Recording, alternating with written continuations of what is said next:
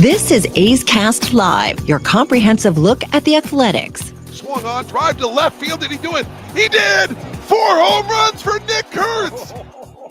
He is 6 for 6! Swing and a drive, deep to left. The A's take the lead in grand fashion. And 29 other MLB clubs. Stretch of the pitch to Cal. Swing and a drive, deep to right field. There it is, number 60, the modern-day Bambino.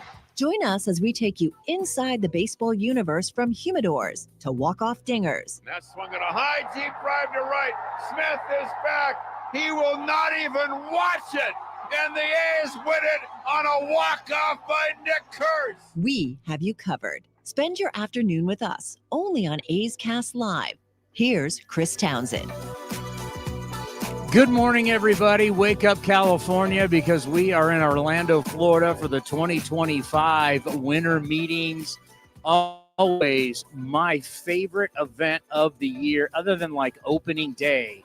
It is spectacular. This is where the baseball world comes together. This is where the road to the 2026 World Series starts. You want to get better. You want to improve. You want a shot at the title. As an organization, you want a shot at the division.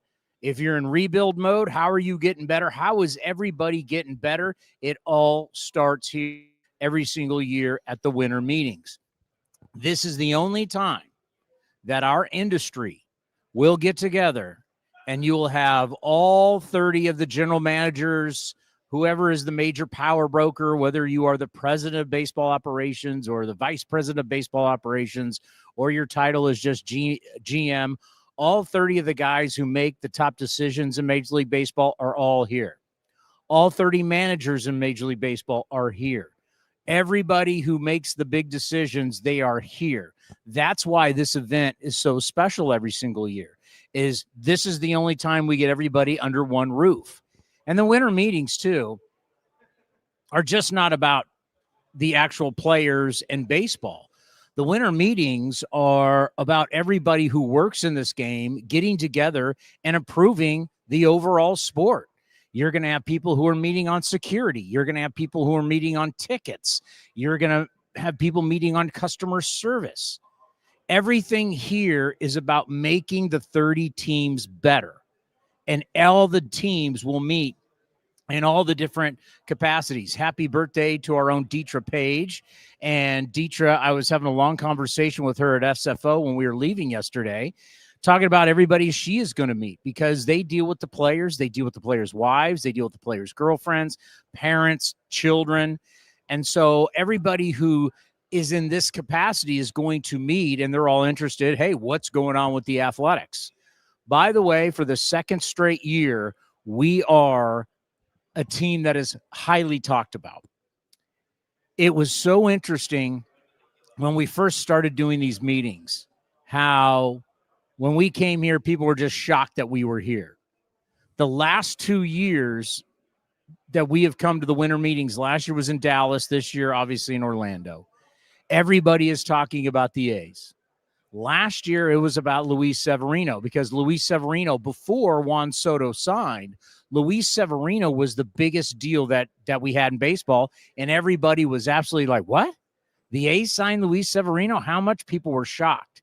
Now, I can't tell you, since arriving yesterday here at the Hilton on the Disney property, which we will get into in a moment, and even today, everybody who sees the A's logo just goes, your ballpark looks sick.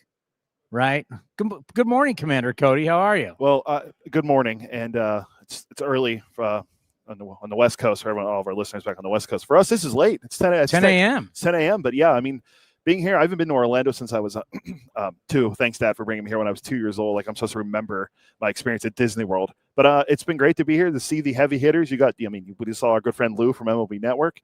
Farron and Duke and SiriusXM right next to us. We're right by Yes Network.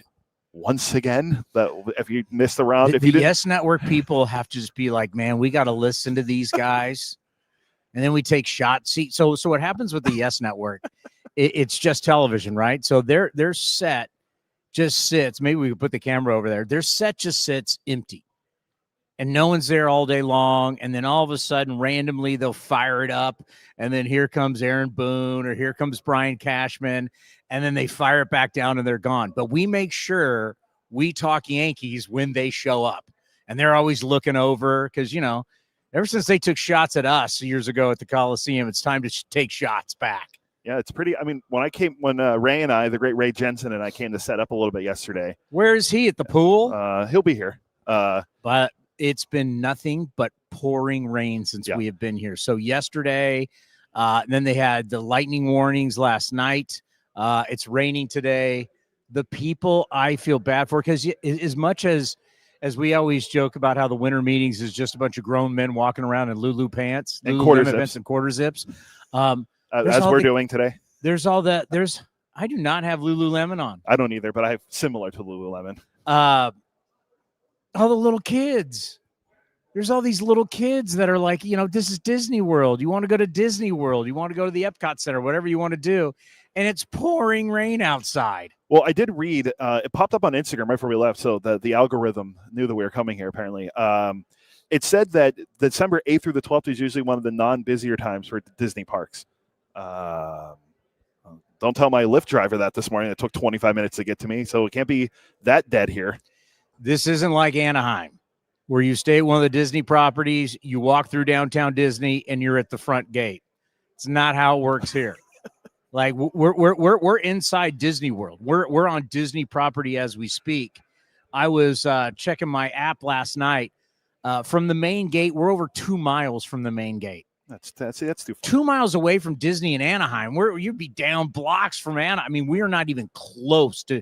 And this is one of the premier resorts in Disney World, and we're not even sniffing the front gate. I don't even know how to get there. Like, it won't even give you a path on that because there's not like there's. This is something we do have to figure out, and I know most people won't care, but how do you get there? Do they just shuttle everybody? Because they obviously don't want you walking. And I would understand you're going to walk over 2 miles in normal humidity like this before you even get in the park would be brutal. Yeah, I want to say a shuttle might be what they. I mean, that's what they have to do, right? I mean, people aren't crazy like us where we love to walk and get the steps in. I mean, if you're a family of 4 with kids, do you really want to walk your kids 2 miles to the park? Kevin Acey just walked by. He covers the Padres. You talk about interesting teams and things that we're going to get into. There's certain teams that are here for business, and they want to do business. They want to do because this is the best way to lock down people, get them into your suite, and make deals. Padres are for sale. We told you a long time ago because when our good friend Robert Melvin was the manager. And I'll never forget when I went into his office, and, it's when the Padres first came to play us. It was the day Sean Manaea was traded. You want to talk about some A's history when Sean Manaea was traded to the Padres, and that was a very emotional day. And Bob Melvin showed up, and I went into his office, and he was like, this place is a ticking time bomb. He didn't really realize. And then I tried to, in a very kind way, talk about it. Peter Seidler, the old owner, was basically fronting everything. They were losing their television deals, so there's no cable money coming in. Peter Seidler, the owner, is taking his personal wealth and guaranteeing all these contracts, and all this stuff was going on behind the scenes, and everybody's like, slam Diego, and everybody loves that they're down there signing all these guys. You're like, this is a house of cards, and they didn't win. Hell, they didn't do anything. The best they did was make it to an NLCS and burn through so much cash. Peter Seidler, unfortunately, because of cancer, passes away, and his brothers take over. They tried to make it go for a year. Then they realize this isn't sustainable. So now the Padres are in trouble. They're in trouble financially. They need to find a buyer, and they need to get rid of people. There's some interest. The St. Louis Cardinals are an interesting story. Yeah, where do you saw them get rid of Sonny Gray? Yeah, so there's some people here looking to do business, and not everybody's looking to buy. There's people looking to sell. But getting back to the A's, everybody is so – it is amazing how many people watched our show when we were at the Ballpark Experience Center in Las Vegas, or they saw it on social media. a big talk about what's going on here at the winter meetings is our ballpark. And it's what I told you. I told you you were going to have the people that were going to be naysayers, but things would change over time as the ballpark would go vertical. Once you actually saw the ballpark rise out of the desert, things would start to change dramatically. People were human beings, right? We need to see it. You can tell us all you want. And then, of course, people establish a narrative on social media, and that narrative, it is what it is. But you have to, unfortunately, prove it wrong with facts. And I've been saying over and over, whether I've taken heat for it or not, it's just true. Once you see the building rise out of the ground, it's going to change everything. And we're already starting to see it here to where the narrative about us is changing. They're like, oh, man, it is real. And that's going to be incredible. So you'll start to see the play-by-play people who come to the ballpark in Sacramento talk about it differently. Let's face it. We have to see it. I said it last year at the start of the season. You've got to see the A's play in Sacramento for you to really believe that they're in Sacramento. You saw it. You now got to see this building rise out of the desert for you to realize, okay, because the bottom line is you can tell me Bigfoot's out there. Until I see Bigfoot, I can't believe it. I mean, good analogy. Right? Right, we've been talking about Bigfoot. We've had Where's Bigfoot shows. He's in the Pacific Northwest, the Yeti. Oh, he's Sasquatch. He's up and he's China in the mountains, whatever. Until you actually see Bigfoot, I mean, do you believe it? I haven't seen him, so I mean, I know Steve Sachs, our good friend, is a big Bigfoot guy. And as I said to Steve, I want to believe that there's this monster hairy creature that has high intelligence that's running around. But the problem is everybody has a camera now. This isn't like the 80s. And we're doing these weird documentaries on Bigfoot. Now everybody goes, Bigfoot came up to my backyard and he was looking at like, well, if you're in the Pacific Northwest and Bigfoot came, what's the first thing you're going to do? Pull your phone out. Pull your phone out and take a picture. Where are those pictures of Bigfoot in your backyard, petting the dogs or hanging out with the goats or? Well, now that people have the camera, the like Ring cameras or whatever in their backyard. I have cameras all over my house. You come to my house, you're going to be on camera. If Bigfoot came to my house, he'd be on camera. Your house is like a fortress. You got a moat and everything. So now we're seeing the baseball world change, and they know the athletics in the desert is real. They know it's real. So I'm very interested to see how the 2026 season goes now that, and every single day, right? We're going to head to spring training. The ballpark will be more vertical. We'll start the season. The ballpark will be even more vertical. We'll get to the All-Star break, even more. The end of the season, even more. Heading into next year, oh, my God, they're ahead of schedule. Everything around us is going to change because human beings need to see it, and they're now seeing it. I can text you a picture from the elevator at MGM. From where my floor was, I was looking right down exactly. I should actually text you that. I was looking right down into the new ballpark. It was insane. My room looked right into the new ballpark. I'm playing the B-roll from the Experience Center of what the stadium will look like. This is the model from. Now, here's a little problem with the model. Everybody who's looking at it's like, does the roof pop open like that? I'm like, no.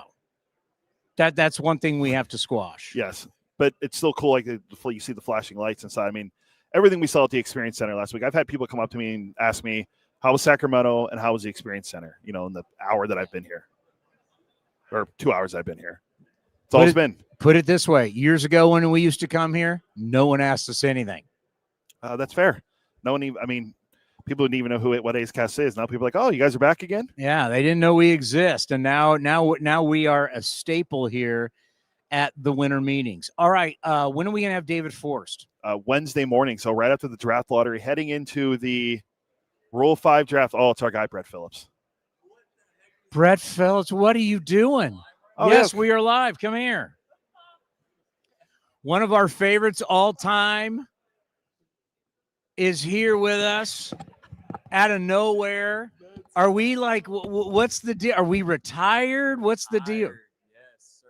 From playing, but would love to stay in the game in some capacity. And there's no better place to. Hey, is he not? Go ahead. Hey, there we go. Nice. Yeah. I never wanted to see you retire. Oh man, I appreciate that. But you know, we saw the writing on the wall a couple years ago, and man, I was at peace with it. Yeah. No one had called, so said it's time to close a chapter. But nobody, and I mean nobody, had more fun than you did. I love it. No one appreciated it. That was the one thing about watching you, especially your days in Tampa, is how much when we talk about it's so healthy to have gratitude and to be humble. That was exactly you as a Major League Baseball player, and everybody gravitated to that, to you, to the Rays, that kind of attitude. So no matter what, everybody's going to, when they think of you, there's always going to be a big smile on their face. I really appreciate that. Yeah, you know, maybe a part of me never thought that I was going to make it as far as I did. And so each day that I was in the big leagues and in a professional uniform, even in the minor leagues, I was so grateful. I appreciate using that term because that's how I felt. And I never wanted anyone who is on their couch coming home from a long day of work to look on the TV screen and say, hey, that guy's taking his job for granted, what he's doing. And then, you know, I perspective, I was playing baseball for a living. And so I really appreciate you saying that. And I'm just glad that's how it was portrayed because that's how it felt on the inside and in my heart at the end of the day. So, yeah. But no, man, I just wanted to, I saw you and I really appreciate you. You've always shown me support, even though it was from an opposing team. You always showed me love, and it goes a long way. And now that I'm retired, I've had time to reflect on my career and, you know, kind of think about people who have really just made it special. And like I said, even though you've been doing your thing with the A's, which has been awesome, I really respect you. So thank you. What's the plan? What I mean, is it broadcast? It's almost like if we were to sit down, I mean, it's like you need to have your own show. I mean, it's one thing to like put you in broadcasting, but then that's going to kind of like put some. It's like you need to have like your own variety show where you go town to town and you just say whatever. Yeah, you're able to. Like, you go to Minnesota, you go to Tampa, you go to Kansas City. Next thing you know, you're there doing ribs and you're at the ballpark. I mean, there should be. It's like Brett Phillips, no limits or something like that. Oh man, yeah. So that's kind of what I'm here to explore. I love this game. I want to stay in this game in some capacity. What that looks like, I don't know. But all I know is I have a lot of energy. I have a lot of love to give, and I just need direction, and I need somewhere to place it. And I'm exploring the media. I'm exploring on field. I'm exploring business ops. I'm exploring, you know, I just don't know what that looks like. And for me to come here and shadow some people, I've got some meetings and conversations that I'm going to be having. It'll open my eyes, hopefully, to direction and purpose.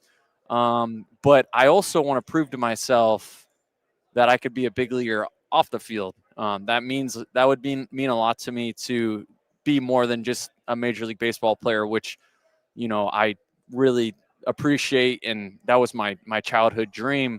But I'm 31 years old. Hopefully, God willing, I have a lot of life left and a lot of life to give. And I'm going to be doing whatever the next chapter is a lot longer than playing baseball. Yeah. So I want to see like a big leagues in sight that I want to work towards. And like I said, give this energy and be a big leaguer off the field. So what I'm thinking here, you know, one of the gifts that you could give back to the game is your ability to help young men in your situation where you're not a bonus baby, you're not a guy who's a first-round pick that's getting rushed at. I mean, how do you deal through the minor leagues to get to the big leagues, to try and stay there? It's about ability. It's also being a good dude in the clubhouse. It's being an asset. I mean, there's a lot of things like helping young players learn how to survive in this game because it is a true skill. Yeah, man. Like you touched on, I wasn't a first rounder. It took me 5 years grinding through the minor leagues just to get to the big leagues. And then from there, it was a fight for another 7 seasons of going back and forth from AAA to the big leagues. And, I just always had this unrelenting belief that things were going to work out. And how I went about my business on a daily basis was being a good teammate, was being a good person, making people in this game who weren't baseball players' jobs easier, saying yes to things, being available. All these things that go into being a professional, not just as a baseball player, but as a human. And I took pride in that. And it always doors always continue to open for me. And so, yes, I think there is definitely value into speaking truth into younger players' lives, that it's not just the talent that is enough for you to get to the big leagues and to stay or to advance in your career, that there's a lot more that goes into this. And, I had great mentors in my life and great coaches who I had the opportunity when I retired to thank. I don't know if you saw that, but just so many people who had poured into me, and now to be able to share those experiences and to give back. Ultimately that would probably be the most fulfilling, to give back to the next generation. And, I just have the utmost respect for those who came before me and did it and paved the way. And one thing that has always stuck out, and I know you've heard this before, but, when you get in the game, you leave it in a better place than you found it. And so that's just what I'm trying to do. And people like you who see me and call me over and say, hey, improv too. Wow, like it's awesome. So you said something to us years ago, and I've actually used it, because there are tough situations, there's tough times, and whenever somebody moves, it's very uncomfortable. But I try to explain to people, because you lived it. Like, as a kid, your area where you were growing up, by the way, neighbor of the Macho Man Randy Savage, which we've gone over. It's hilarious. Snap into a Slim Jim. You grew up, it was Yankee territory. And then all of a sudden they had this expansion team called the Rays. Well, it's the Devil Rays. And it takes years to build a fan base. So all of a sudden now, after all these years, you grow up as a kid. Now you start having kids. And now you, as you told us, because I equate this to Las Vegas, and the same thing's going to happen for the Raiders, is the same thing that's going to happen for the A's.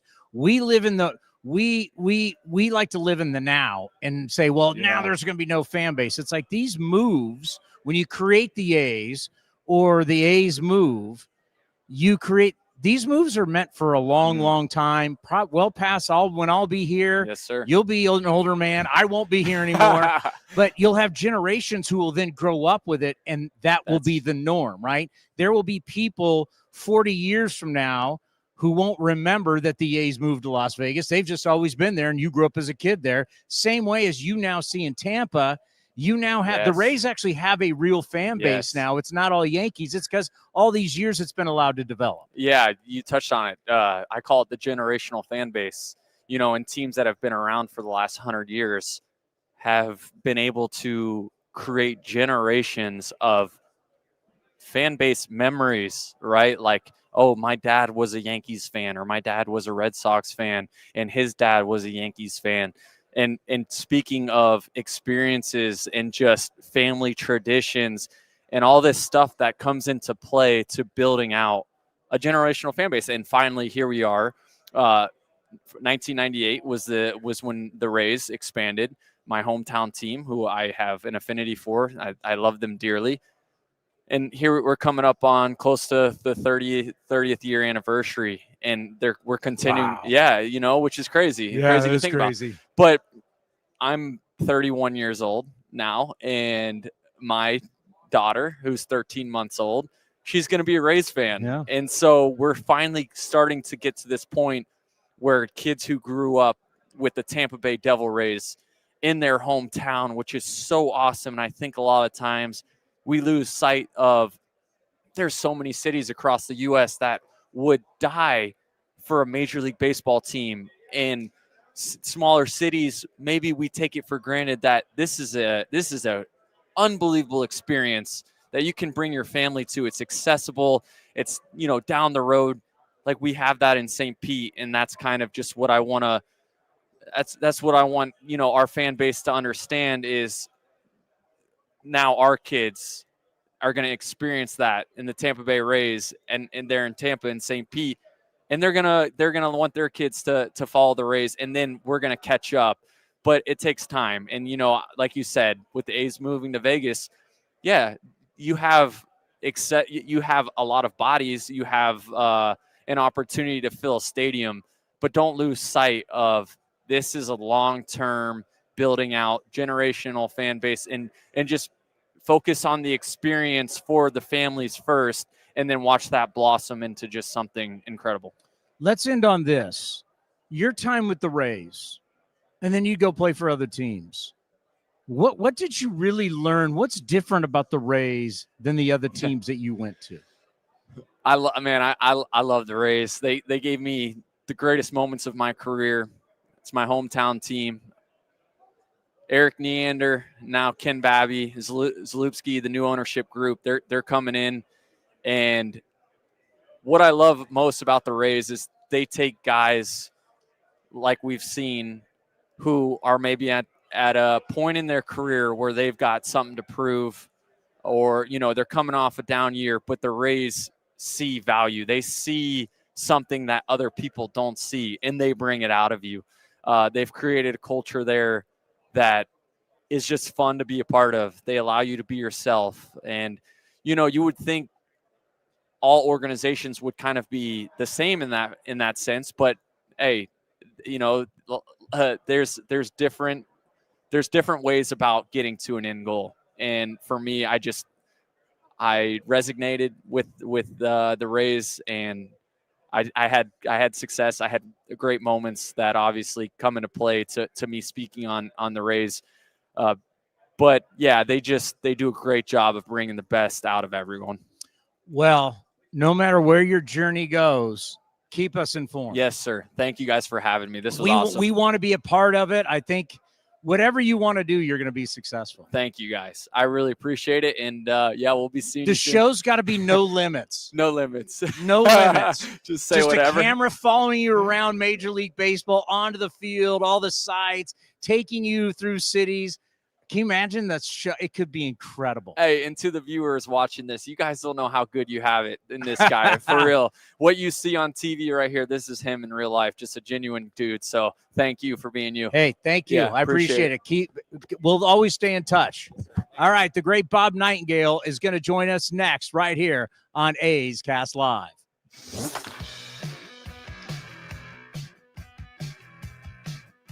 A's manager Mark Kotsay joined Towny on A's Cast Live to reflect on the seasons of Nick Kurtz and Jacob Wilson and their impact in 2025. Well, he's really humble, and that's the first thing that stands out for me. He's just a kind young man that's quietly become a leader. He's obviously outperformed any level of expectation that we had. He's got 3 games left to continue to add on to an already, to me, pretty historic rookie season. So I'm privileged to be able to have an opportunity to manage him and be a part of this success. Yeah, it's been he's going to be Rookie of the Year, another Rookie of the Year. A lot of rookie years in this franchise's history, and definitely one of the best rookie years of all time. Jacob Wilson finishing strong here at shortstop. What do you think first full season for Jacob? Obviously started the All-Star game. Yeah, I mean, another kid that you can say very similar things about. He might not have the power, but the bat-to-ball skills are what separate him. And, I've been so impressed with his maturity this season. A lot of guys, and what I was worried about, in the course of a season, you're going to hit the wall, you're going to lose weight, you're going to get less physical. This young man has actually gotten stronger during the course of the season, which says a lot about the work he's putting in and understanding, what it's going to take to play 160 games. I mean, we've got one individual in our lineup that's going to play all 162 games. The goal is to get 4 or 5 of those guys obviously built up to withstand that type of season and that type of rigor. I mean, for Rook, it's he gets the DH spot. We're going to work those DH spots to give these guys some breaks, but it'd be fun to see 6 or 7 guys play 150 plus games. You can watch the full interview at youtube.com/athletics or listen at athletics.com/A'sCast.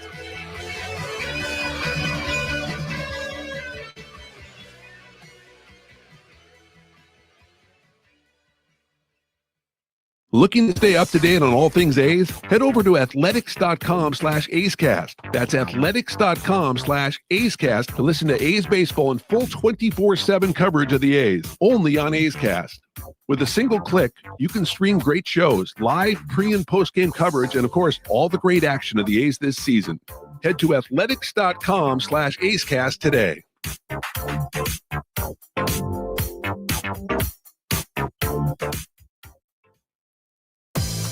The time is now.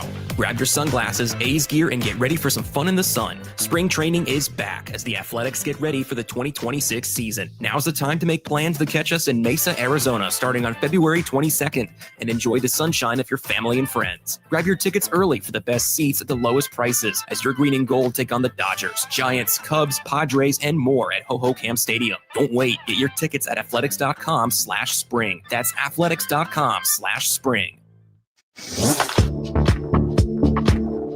Streaming from the winter meetings, A's Cast Live continues with Chris Townsend.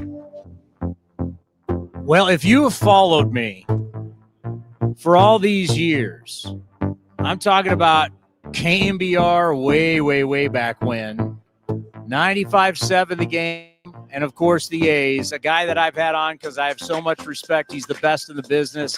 Bob Nightengale from the USA Today is here. Winter meetings, Orlando, Florida, 2025. How are you? Doing great. He's not on. There we go. There you go. How are you? Yeah, doing great. The action pack yesterday, just hanging around. It's so funny. The first day of the winter meetings, everybody's just so excited to see each other. Yeah. So I was in this lobby until 4 a.m, but there's just so many baseball people just hanging out. Just they're happy to be around. Yeah, because every industry has conventions. So that's not rare, right? But this is our convention. As I started this show out today, this is where the heads of every single franchise, they're here. Every single manager is here. Everybody who covers the game. And then it's people that has nothing to do with players, right? You have these organizations meeting about tickets and security and everything about to make the organizations better. It's our convention, and that's really why this event is so special. Yeah, and there's so many people here. Here, let's fix this right here. Get you up. There you go. There's so many people here. I think there's a team talking to a guy from the Giants a few days ago. They were bringing 85 people here. So you're talking. They were all on our flight. Yeah, there's Giants people all over our flight. So if you go average of 70 people times 30 teams plus the minor leagues, like wow, that's a lot of folks here. All right, so when you start thinking about the winter meetings and how it starts, the big news yesterday, Jeff Kent getting into the Baseball Hall of Fame. I covered part of Jeff Kent's career when I worked on the Giant station. I thought it was a joke that he wasn't in the Hall of Fame. These people that tried to, he wasn't really a second baseman. Well, the majority of his career, he played second base, so he's a second baseman. The power, the most home runs as a second baseman. Over 1,500 RBIs. The guy obviously raked, spent his time in college at Cal, up at Berkeley. So we always rooted for Jeff Kent. Finally, him getting his due. Yeah, you're talking about the greatest power-hitting second baseman of all time. Yeah. And I was texting with Dusty Baker during the afternoon. He goes, you think Kent has a chance? I said, I don't think so. I think it's going to be Mattingly and maybe Murphy. And it's good. That came a surprise. People were kind of shocked. Like, really, Kent? Jeff Kent? Just because you thought, okay, maybe one day, but not now. Just there was no really publicity or nobody was really pushing for him, and he got in. So, no, it's very well-deserved.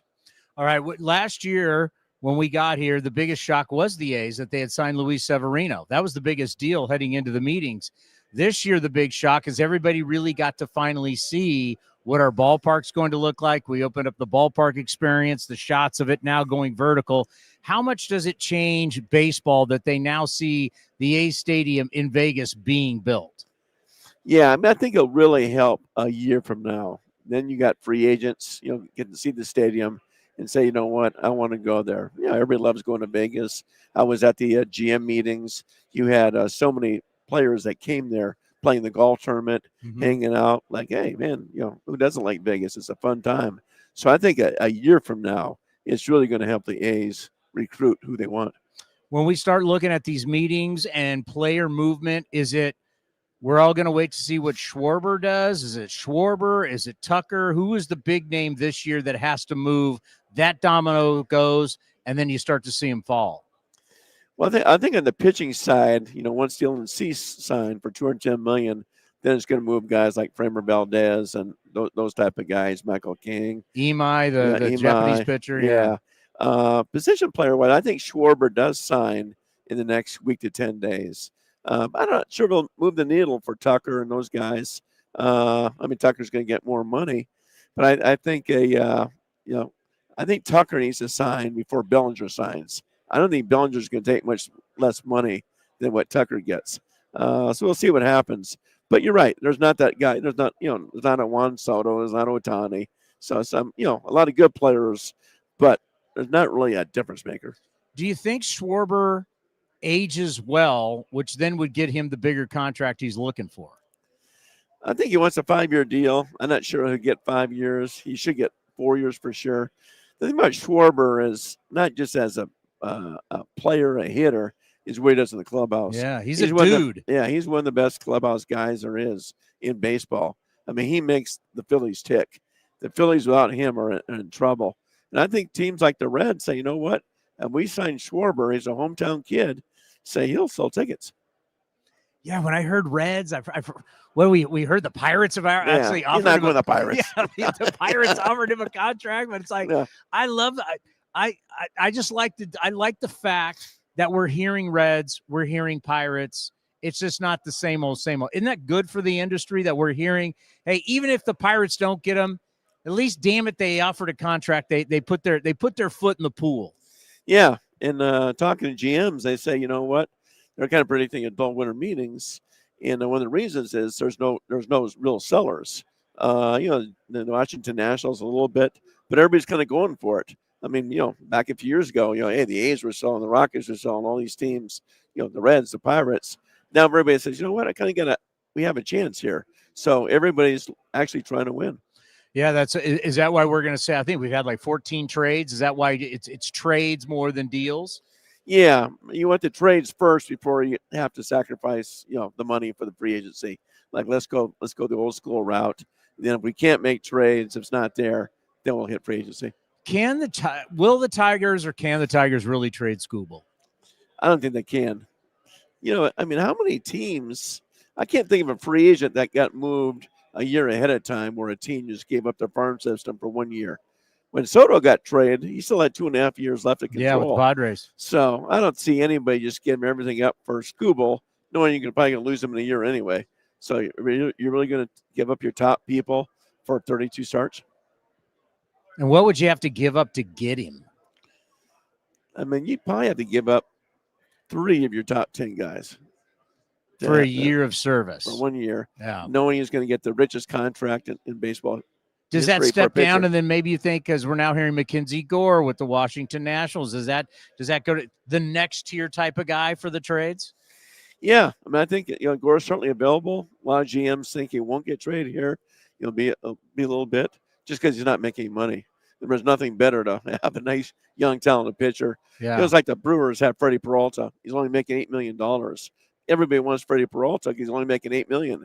If he was making like a Sonny Gray contract, hey, people don't want to pay $35 million for Sonny Gray. Yeah, Peralta keeps coming up, but when you think about where the Milwaukee Brewers are, why would you give him up? Where you are, I mean, you just won the most games in baseball last year. Yeah, I don't think so. Anyway, I think the fans would go absolutely ballistic. Yeah, like really, we're going to give it to the Cubs. Their World Series was being the Cubs in the playoffs in Game 5. I was there. They went ballistic there. But there was, just euphoria. Even when he got swept by the Dodgers, no big deal. We beat the Cubs. So I don't think they can trade Peralta.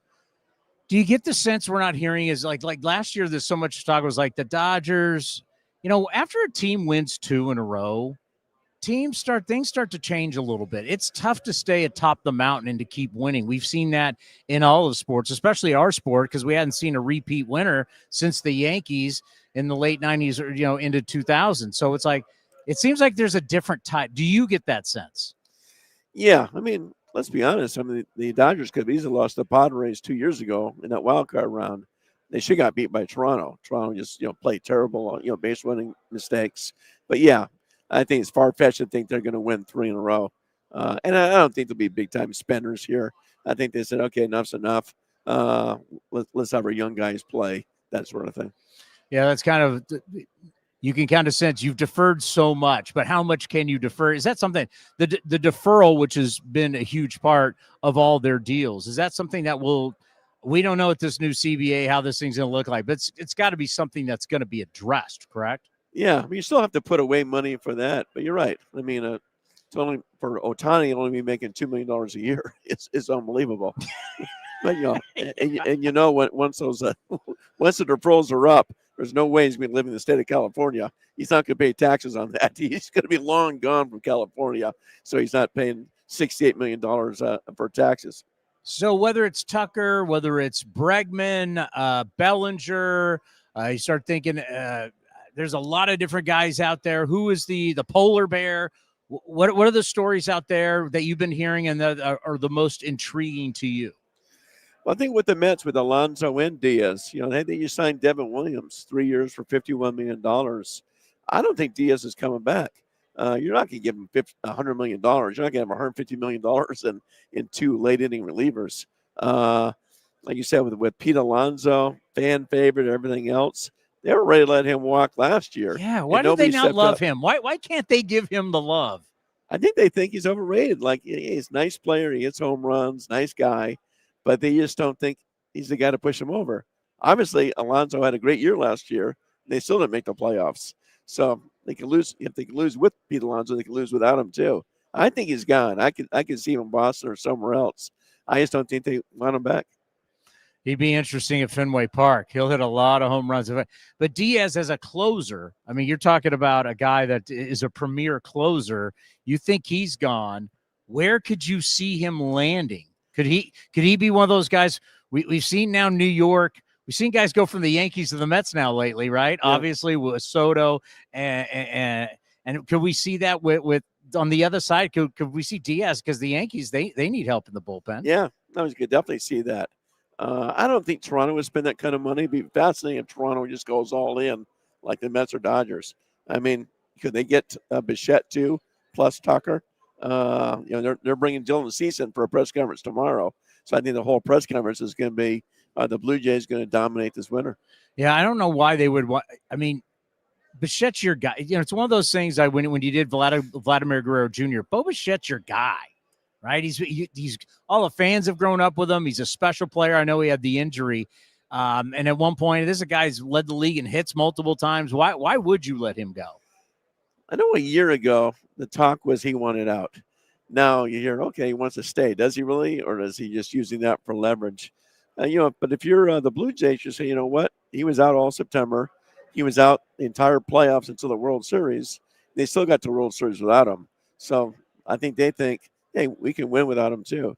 That he's a nice player, but we're not going to overpay him like we overpaid Guerrero. I mean, Guerrero turned out to be, particularly the first year, worth every penny, but they were never planning to pay him $500 million. Now, there are a couple teams that could be sellers. When I think about the St. Louis Cardinals, when I think about the Padres, we've talked about the Padres a lot because of when Bob Melvin was there, he was telling me some things. We knew, once Peter Seidler passed away, the brothers took over. They realized it's not sustainable. Padres are for sale. What could you see the Padres, whether they do it now or before spring training, they need to free up. They need to lower the payroll. They do.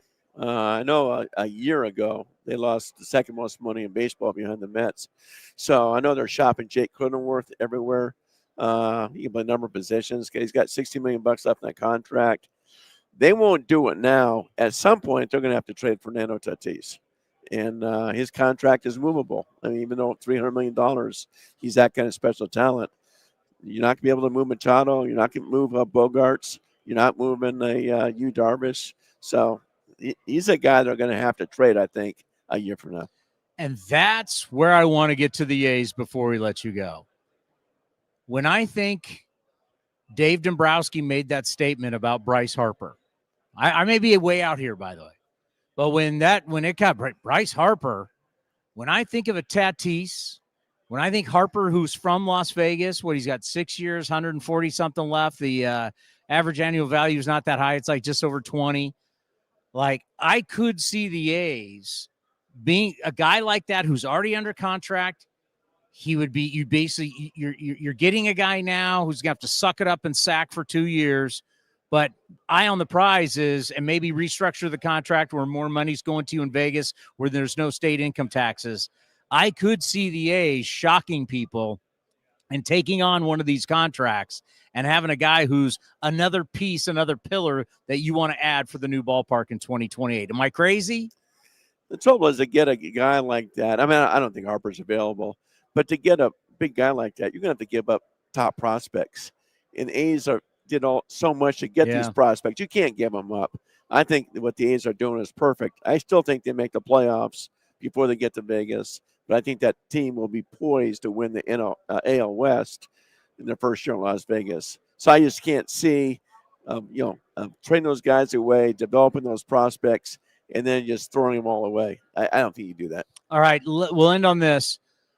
The A's could use a late inning guy.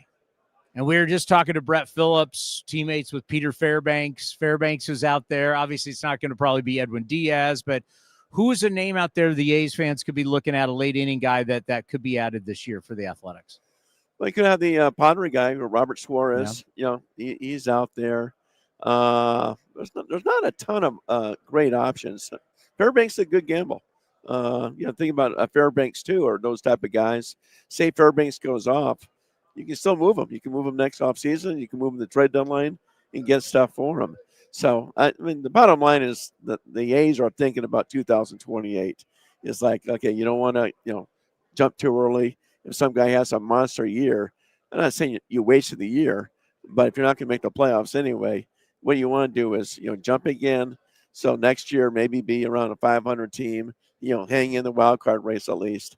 But I think they would love to make the playoffs 1 year before they get to Vegas. And you see the A's making the playoffs before they head to Vegas. I really do. I mean, you look at the, what they've done. I mean, what they win last year, 70s, low 70s. No reason they can't jump into the 80s this year. And I think the players are saying, wait a minute now, just like you said, I mean, you get that new ballpark, no state tax. I think they're going to be a destination place to come in, a year from now. I think there's no question about that. Yeah. When you talk to agents, and I really learned this when I was working for the Raiders, and agents were talking about, oh my God, the difference in playing in California versus playing in Nevada. You're going to see players, no state taxes. They're going to be like, oh my God, they're going to jump on that big time. Yeah. Baseball is different too than football with movement, because now it's a lot easier to grab guys in baseball than it is football.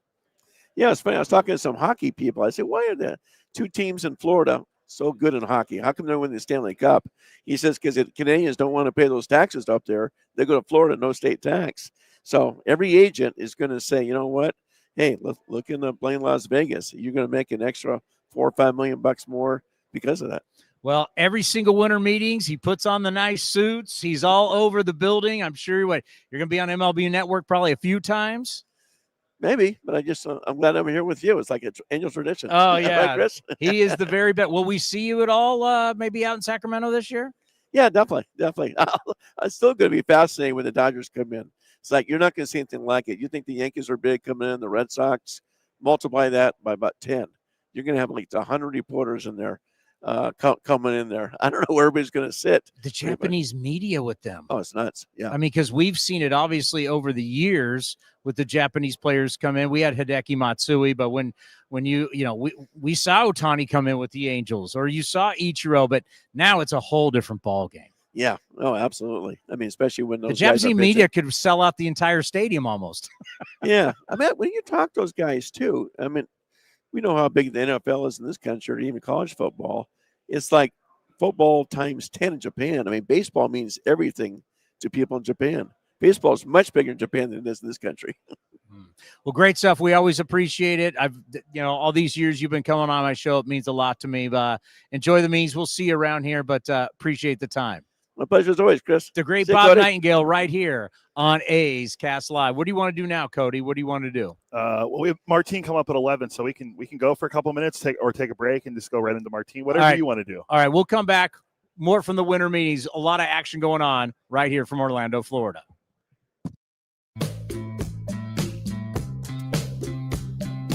A's first base coach Bobby Crosby joined Towny on A's Cast Live to reflect on winning the American League Rookie of the Year award back in 2004. Yeah, when I first won it, I thought it was really cool, but I was in the midst of playing, and I still had, a bunch of my career left to go. Once I was done playing, I appreciated it more, and now I start to appreciate it more and more as time goes on. I mean, it's something that, they can never take away from you. So no matter what, I'll always have that title, and it looks like we're going to have another one doing the same thing. You can watch the full interview at youtube.com/athletics or listen at athletics.com/A'sCast.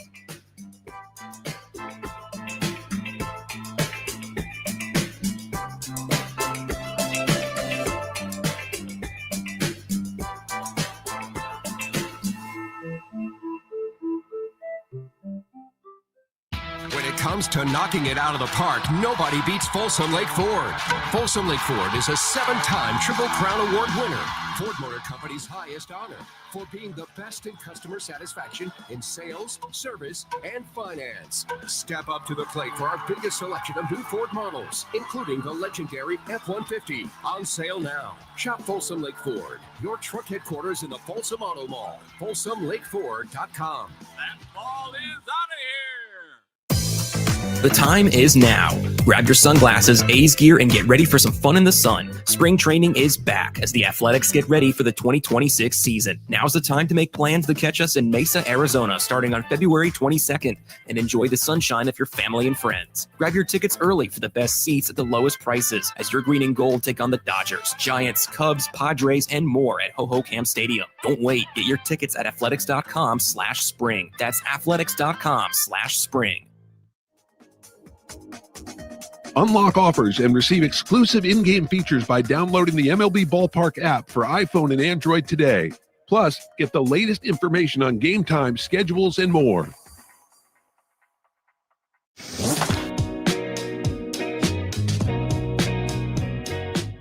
'25 Roberto Clemente Award nominee Lawrence Butler sat down with Towny on A's Cast Live to talk about giving back to the community and what it truly means to him. I mean, I learned from some of the best. Marquise Grissom, Luke Collier. I mean, a lot of those guys, they just always, just wanted to pour into, their communities. And, I was a part of their communities. And, they made a lot of good ball players with the work they've been doing. So, I just try to take a page out of their book and just do the same, for my community and just really any community that I'm living in the moment. So, like you said, Atlanta, North California, and, no matter where I'm at, I just want to, just help kids and help the community, just try to grow the game. You can watch the full interview at youtube.com/athletics or listen at athletics.com/A'sCast.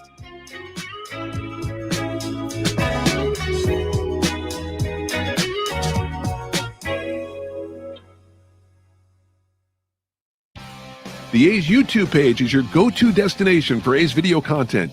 Get access to great highlights, exclusive behind-the-scenes content, classic games, A's Cast Live, and more. Visit youtube.com/athletics. Looking to stay up to date on all things A's? Head over to athletics.com/A'sCast. That's athletics.com/A'sCast to listen to A's baseball in full 24/7 coverage of the A's, only on A's Cast. With a single click, you can stream great shows, live pre- and post-game coverage, and of course, all the great action of the A's this season. Head to athletics.com/A'sCast today.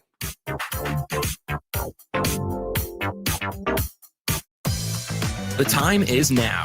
Grab your sunglasses, A's gear, and get ready for some fun in the sun. Spring training is back as the Athletics get ready for the 2026 season. Now's the time to make plans to catch us in Mesa, Arizona, starting on February 22nd, and enjoy the sunshine of your family and friends. Grab your tickets early for the best seats at the lowest prices as your green and gold take on the Dodgers, Giants, Cubs, Padres, and more at Ho-Ho-Cam Stadium. Don't wait. Get your tickets at athletics.com/spring. That's athletics.com/spring. A's Cast Live continues from the winter meetings. Here's Chris Townsend. Well, it's official. Mark Ling just brought us our lanyards and our media passes. Now I can feel comfortable walking around this building.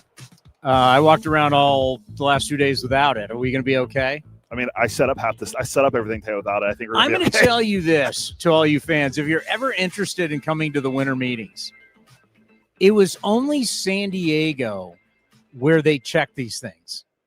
That is because in San Diego at the Manchester Grand Hyatt, we were up on these floors, so you had to go through up an escalator to get to where everything was, so they checked your passes. Nobody checked in Nashville because everybody was drunk half the time.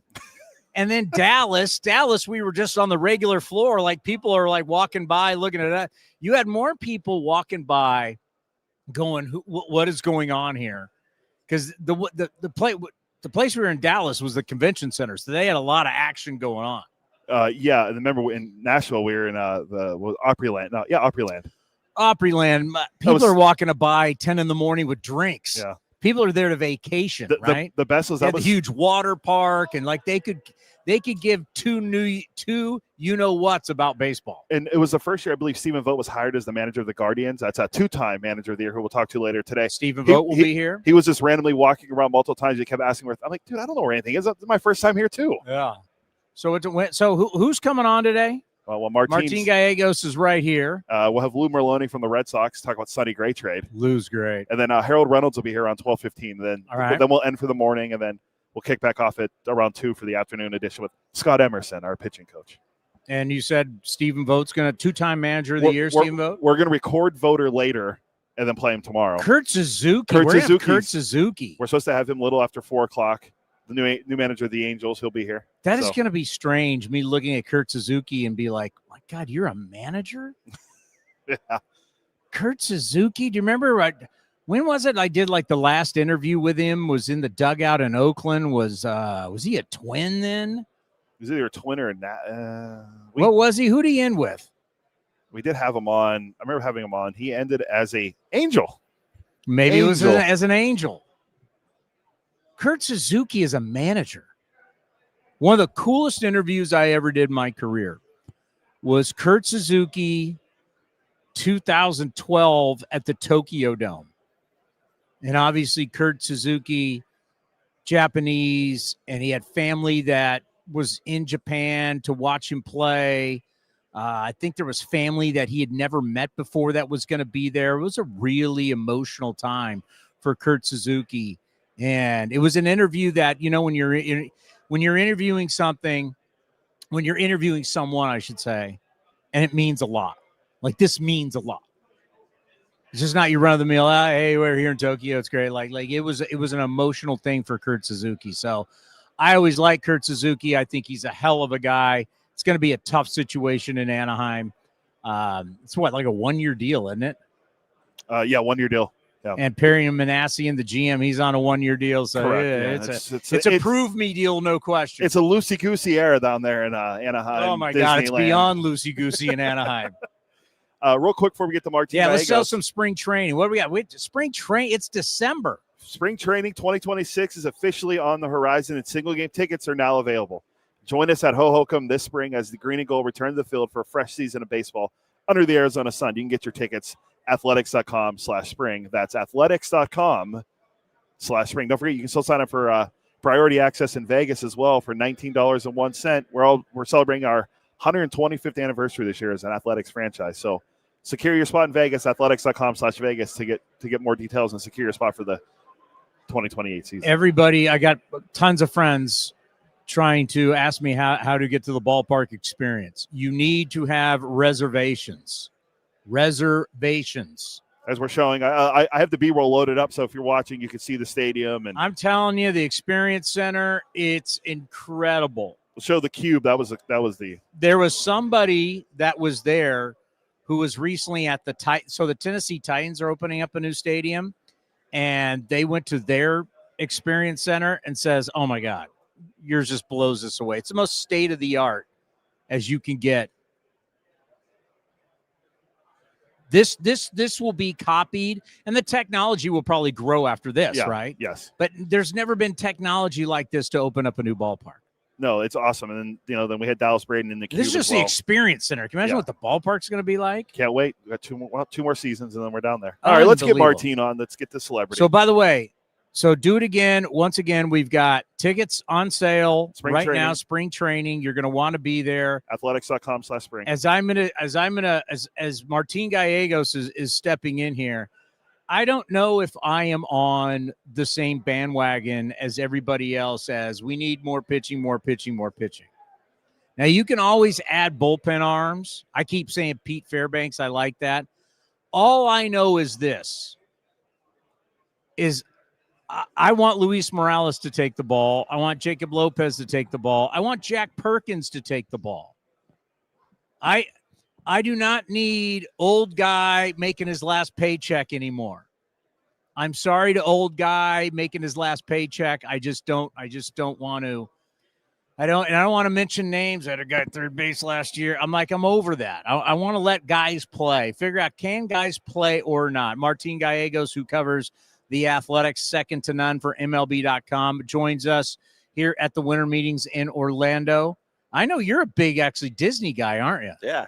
I don't know if I get a chance to go over to Epcot or whatever is across the street, but it's cool to be out here. It's cool to see all the people going on vacation. I saw all the kids with the Mickey Mouse ears on my flight, so it's an exciting time.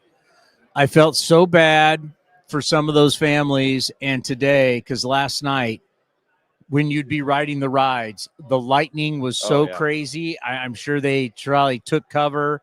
And then this morning you wake up, it's raining. Can you imagine you're this little kid, you've dreamt your entire life to go to Disneyland, and it's pouring rain? That'd be devastating. Yeah, I saw that. I mean, our flight was delayed because the thunderstorms were so crazy. So can't imagine if you were actually at the park, probably got to duck for cover or something. That's something that we don't have to worry about, right? In California, it's always pretty sunny. So that's a plus out there. So this is a hotel. We're in Disney World. We're on the grounds of Disney World, and we are still like 2 miles away from the front gates of Disneyland. This place is huge. It's like a whole city. Like there's Orlando and then there's just Disney, right? It's like they got their own zip code and everything. It feels like it's like their own little village that they have there. It's crazy. I was like, because I want to go over. I mean, I'm not going to go to Disney World. We won't have time, but I at least want to go over and check it out. And I was like trying to put it in, and there's not a walkway that you can go from here to the front gate.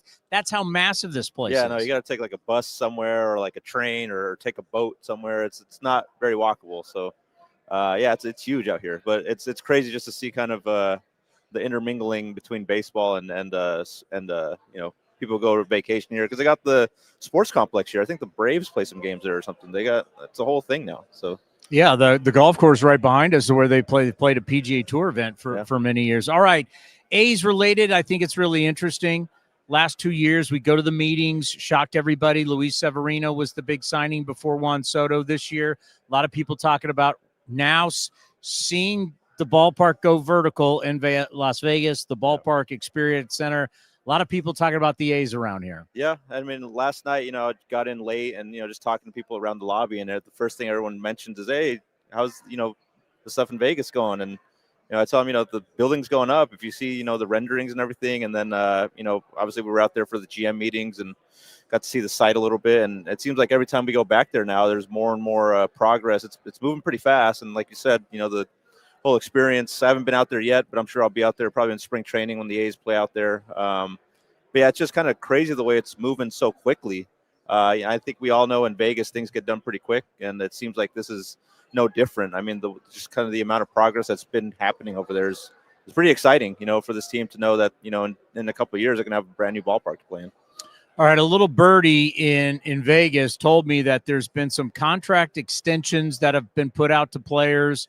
Same thing that we saw with Brent Rooker, the same thing that we saw with Lawrence Butler. What are you hearing about potential contract extensions? Now, the players got to want to do it too, but the fact that this organization has looked at some of the young players and they want to lock them up. Yeah, I think, last year they kind of set that bar, right, with Brent Rooker signing a new deal and Lawrence Butler signing a new deal that, they're going to sign these guys now and have them be part of their future. And you look at the kind of the core guys. I mean, I'm sure you kind of guess the names. A guy like Nick Kurtz. I mean, why wouldn't you extend a guy like that? A guy like Jacob Wilson. Why wouldn't you extend him? A Shea Langoliers, Tyler Soderstrom. You want these guys to be your guys for the foreseeable future. But like you said, it's got to go both ways. They got to be willing to re-sign here. But I think kind of the feeling amongst that group right now is they do want to stick together. You look at kind of the camaraderie that they've built in there, the chemistry that they have, and them knowing that, in a couple of years they're going to be playing in a new ballpark. I think all that's exciting for them. All these guys are barely getting their feet wet at the big league level, and kind of knowing that they have a chance to be together for a long time and win together for a long time. I think that excites them. So, I haven't heard of anything particularly close yet, but I think as the year goes on, I think you look at, after the new year, kind of those things start to get done. I think last year Rooker was like in January and Lawrence was right before spring training or right during spring training, I think. So I think those talks will keep going on. But yeah, I mean, why wouldn't you lock up a guy like a Nick Kurtz or a Jacob Wilson? Those guys are kind of the headliners for your organization now for years to come. And yeah, they're still under contract, they're not even arbitration eligible yet, but I think not even close. Locking them up. Yeah, exactly. So you don't have to do anything, but I think kind of continuing what they set last year in terms of, we're going in a different direction. I think that would go a long ways if they can get that done. Maybe they do it this offseason, maybe next offseason, but I think that's certainly something that's on the table right now that they're discussing with their agents. Yeah, it's always interesting to me when you have people who do not have a lot of money and they're giving opinions on these type of contracts. Let's face it. If someone's saying, listen, I know you can make a lot more money later, but right now I'm making multimillionaire. You'll have it now. Yeah. It's now, it's guaranteed, and it's going to change your life forever. And you'll have people who don't make a lot of money go, I wouldn't take that deal. It's like, what do you know? Yeah. This is life-changing, life-altering, and in some cases, this is generational wealth that could be thrown out there that you sign this right now. You never have to worry unless you're not stupid, you'll never have to worry about money again. Your kids will never have to worry about money again. You see it all the day. And also knowing like how Lawrence Butler's contract worked, a lot of that money's pushed back for when the team's in Vegas and there's no state taxes. So it'll be interesting because I've talked to Jacob Wilson about it. I'm like, hey, would you be interested? He said yes. Well, since he said yes, we'll see if he really meant it or not. But I mean, I like the idea of telling these kids, hey, listen, you're seeing the ballpark, you're seeing it go up. That's your future. Here's some security. You never have to worry about money again. Yeah, you could do the whole free agency route, but you'll never have to worry. I love that the A's are doing that. Yeah, no, it's great. I mean, I think you see that over the course of time with young teams, the good teams that have stayed together for a long time. I think of like the Atlanta Braves, right? They've had that group that kind of grew up together, and now, they had a down year last year, but they have a really talented team with a lot of guys who were homegrown or they traded for early in their careers, and they kind of developed them under their system. And now they were able to kind of lock them up to long-term deals, and they know going forward that this is their group. And kind of with the A's, you look at that group, the Soderstrom, Kurtz, Wilson, Langoliers, Rooker, these guys, Lawrence Butler, these guys are your guys going forward. And yes, there's going to be more guys coming up from the minors. They'll probably, add some guys to that group in the future. But this kind of group that you saw shine, especially in the second half last year, but really all last year, and kind of develop into one of the best offenses in baseball, that's kind of your signature now. It's like, this is the group that we're going to have going forward. This is a group that's going to help us win here pretty soon. And now you just kind of got to supplement that group with other pieces. All right. When we talk about pitching, you put it out there. What MLB.com will do is every single team, what's the most pressing need, and every team will go down. You, of course, had the Athletics. You said pitching. What would you like to see? I think adding a starter isn't necessarily like a breaking point. If they don't add a starter, they feel good about their options that they have, in the back end outside of Severino and Springs, who are the only two established guys right now. But I think if you're looking at a full season, you want to have a little more stability in that rotation, another guy who's kind of done it before. So I think adding a veteran starter is something that they really want to do. Will they do it? I don't know. It's tough to find those guys. Nobody wants to give up, established starters, and it's hard to sign guys right now pitching in Sacramento. It's just the way it is right now. Guys don't really want to sign here unless you probably overpay quite a bit. So I don't know if they're actually going to add a veteran starter, but I think that if you were to kind of rank, what they want to do, that's probably number one. And then maybe, adding to the bullpen as well. I mean, they don't have a set closer right now. And I know the bullpen pitched really well in the second half last year. They had guys step up, Michael Kelly, Tyler Ferguson, Elvis Alvarado, Hogan Harris, those guys. But I think adding a veteran reliever, like a guy who maybe has some closing experience, but at the very least has been around and done it before. That was kind of one of their downfalls last year when they had that 1-20 stretch, is they don't really have anybody in that bullpen who's been through it before to kind of help them guide, out of that stretch. And, you could say those guys who were in there last year kind of learned from that, but I think adding some experience, both in the rotation and bullpen is probably key for them. You look at the positions, and I guess second base and third base are kind of vacant right now, but I think they feel good about their options they have there. And I mean, their offense, regardless of who they add, it's going to be one of the best offenses in baseball. So I think they kind of focus on pitching and trying to improve that as much as they can, whether it's trade or free agency. When it comes to the bullpen, the mentality at the end of the year was like, nobody has a certain role. You show up, you get outs, and you may be going more than 3 outs. Yeah. And this bullpen flourished. Yep. They absolutely flourished without saying, all right, here's Mason Miller. And then it was like, hey, anybody can close. And next thing you know, Hogan Harris's uptick on 4 or 5 miles an hour on his fastball, and now he's throwing 95, 96. And all of a sudden he looks like a late inning guy who can give you just the mentality that Scott Emerson's going to join us when? 2:00. Scott Emerson, the pitching coach, will join us from 2:00. He's in North Carolina. He's not here, right? He's in North Carolina. He is in North Carolina.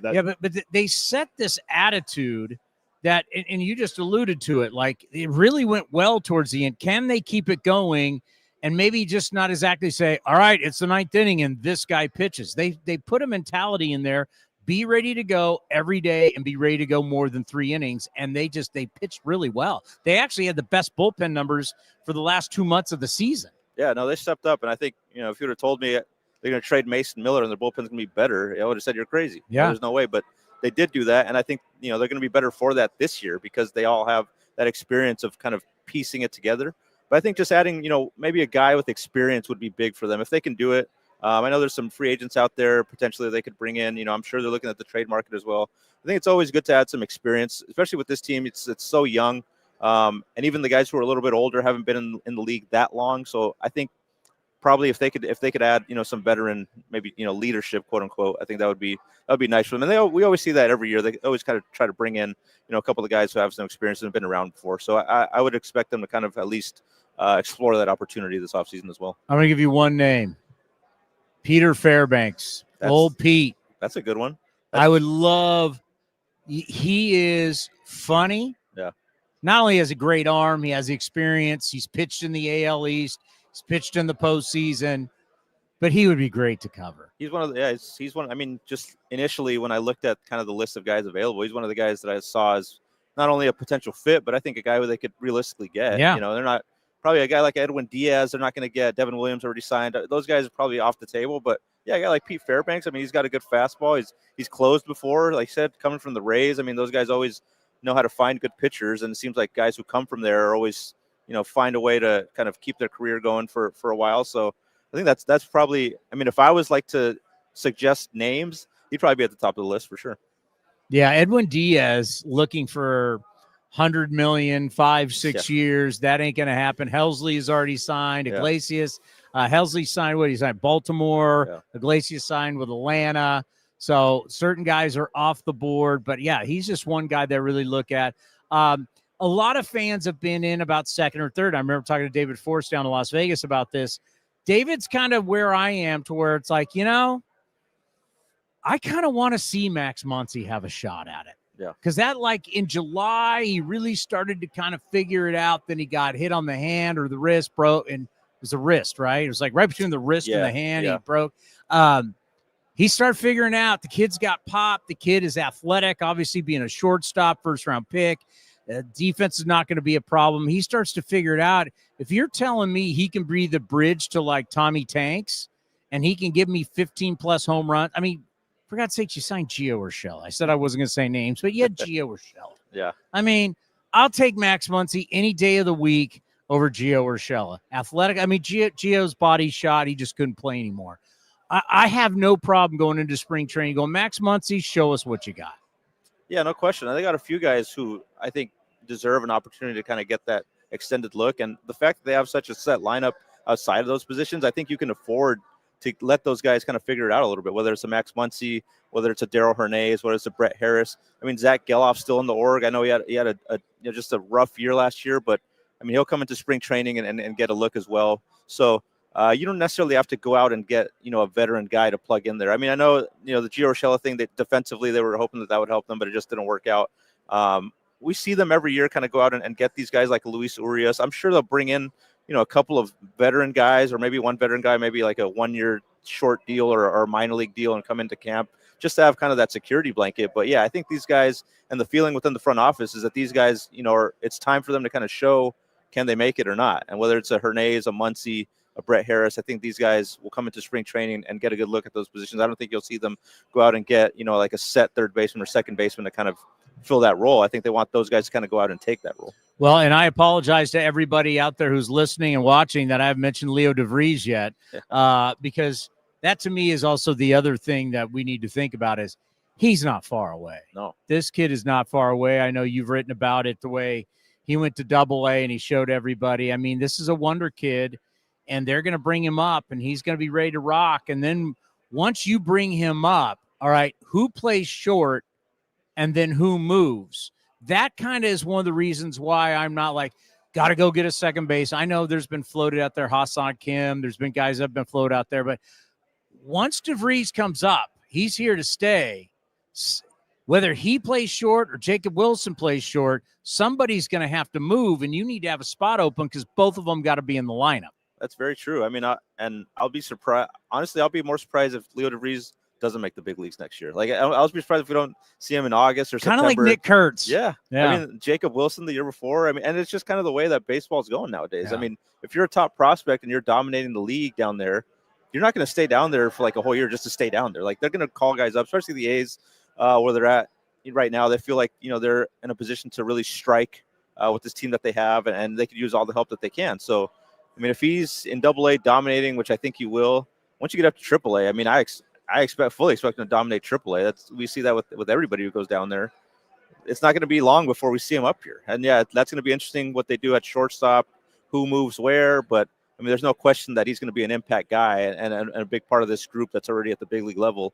And he's going to be another potential star. And they already have a few of those guys that are kind of developing here.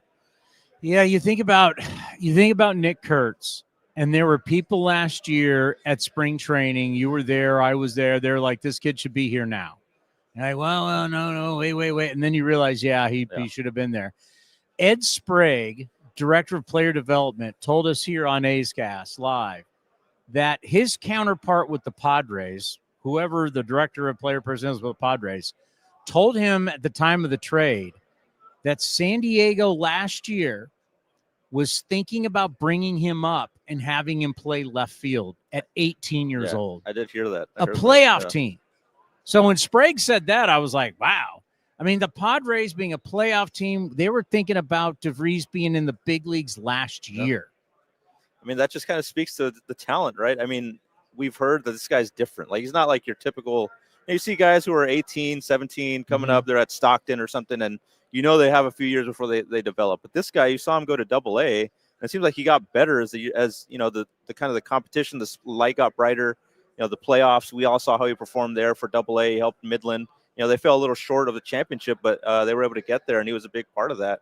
And it seems like whatever is presented to him, whatever challenge, whatever you would expect him to feel the pressure, it seems like he kind of thrives off that from what we've seen. So I'm excited to see him in spring training. I haven't met him in person yet, so it'll be fun to see him part of that group. And I'm sure he's going to get some time with the guys who are currently on the team, get to kind of mesh with all them. And I think they all expect him to be here soon. I mean, when they made that trade, everyone was kind of talking about how good this guy is. They all have heard of him, obviously, as they've seen the prospect rankings and stuff. And I think they all expect him to be a big part of this future. And I think they're all excited to kind of get to know him.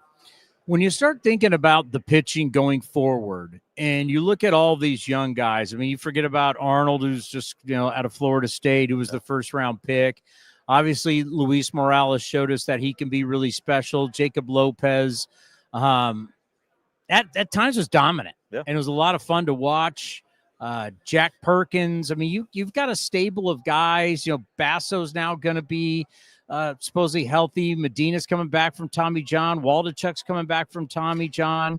I mean, when you start to look at the pitching depth, how do you view it? How strong do you think it is? I think it's big for them to have all those guys. You know, a Gage Jump as well. I mean, we might see a Gage Jump next year. I mean, it'll probably be a AAA throughout the year, I would think. And Jamie Arnold, from all accounts that I hear, could be a really fast riser. So, yeah, you need to have pitching depth. I mean, you just got to have it. We saw it last year. Guys get hurt. They had to bring guys up. Luckily, they had enough guys to kind of fill that rotation, even at the end. But yeah, having a guy like a JT Ginn, having a Gunnar Hoagland, having a Jack Perkins, Luis Morales, Jacob Lopez, that's big because some of those guys potentially you could move into the bullpen, which you saw last year, have success as well in some of those roles. Jack Perkins looked great in that setup kind of 2-inning role. I'm sure they would love for him to be a starter, but for them to know that he could do that as well is big for them. So yeah, I think it's like I said, going into this year, I know pitching is their biggest need. They do have a lot of pitching depth, which is big. I just think adding like a little bit more experience is big. It would be like a key factor for them to get to where they want to get to. But I mean, they have a really good group right now that they feel confident in. They haven't done it for a full year yet, those guys, but I mean, the talent is there. I mean, Luis Morales could be a number one guy. Jacob Lopez looked like a number one guy, like I said, in that month and a half before he got hurt. But yeah, a lot of these guys have kind of, formed a really good depth in that organization that they're going to have to lean on because, I mean, you're not going to get through it. You talk about this every year. You're not going to get through a year with 5 starters. You have to have more than 5 The average is about starters. 12, 13. You're going to have about 12 or 13 guys take the ball, not counting openers. Yep. And they've got a group right now that going into the year you feel pretty good about. You feel pretty good about the talent. They don't have the experience, but the talent level, I think, is pretty unquestionable at this point.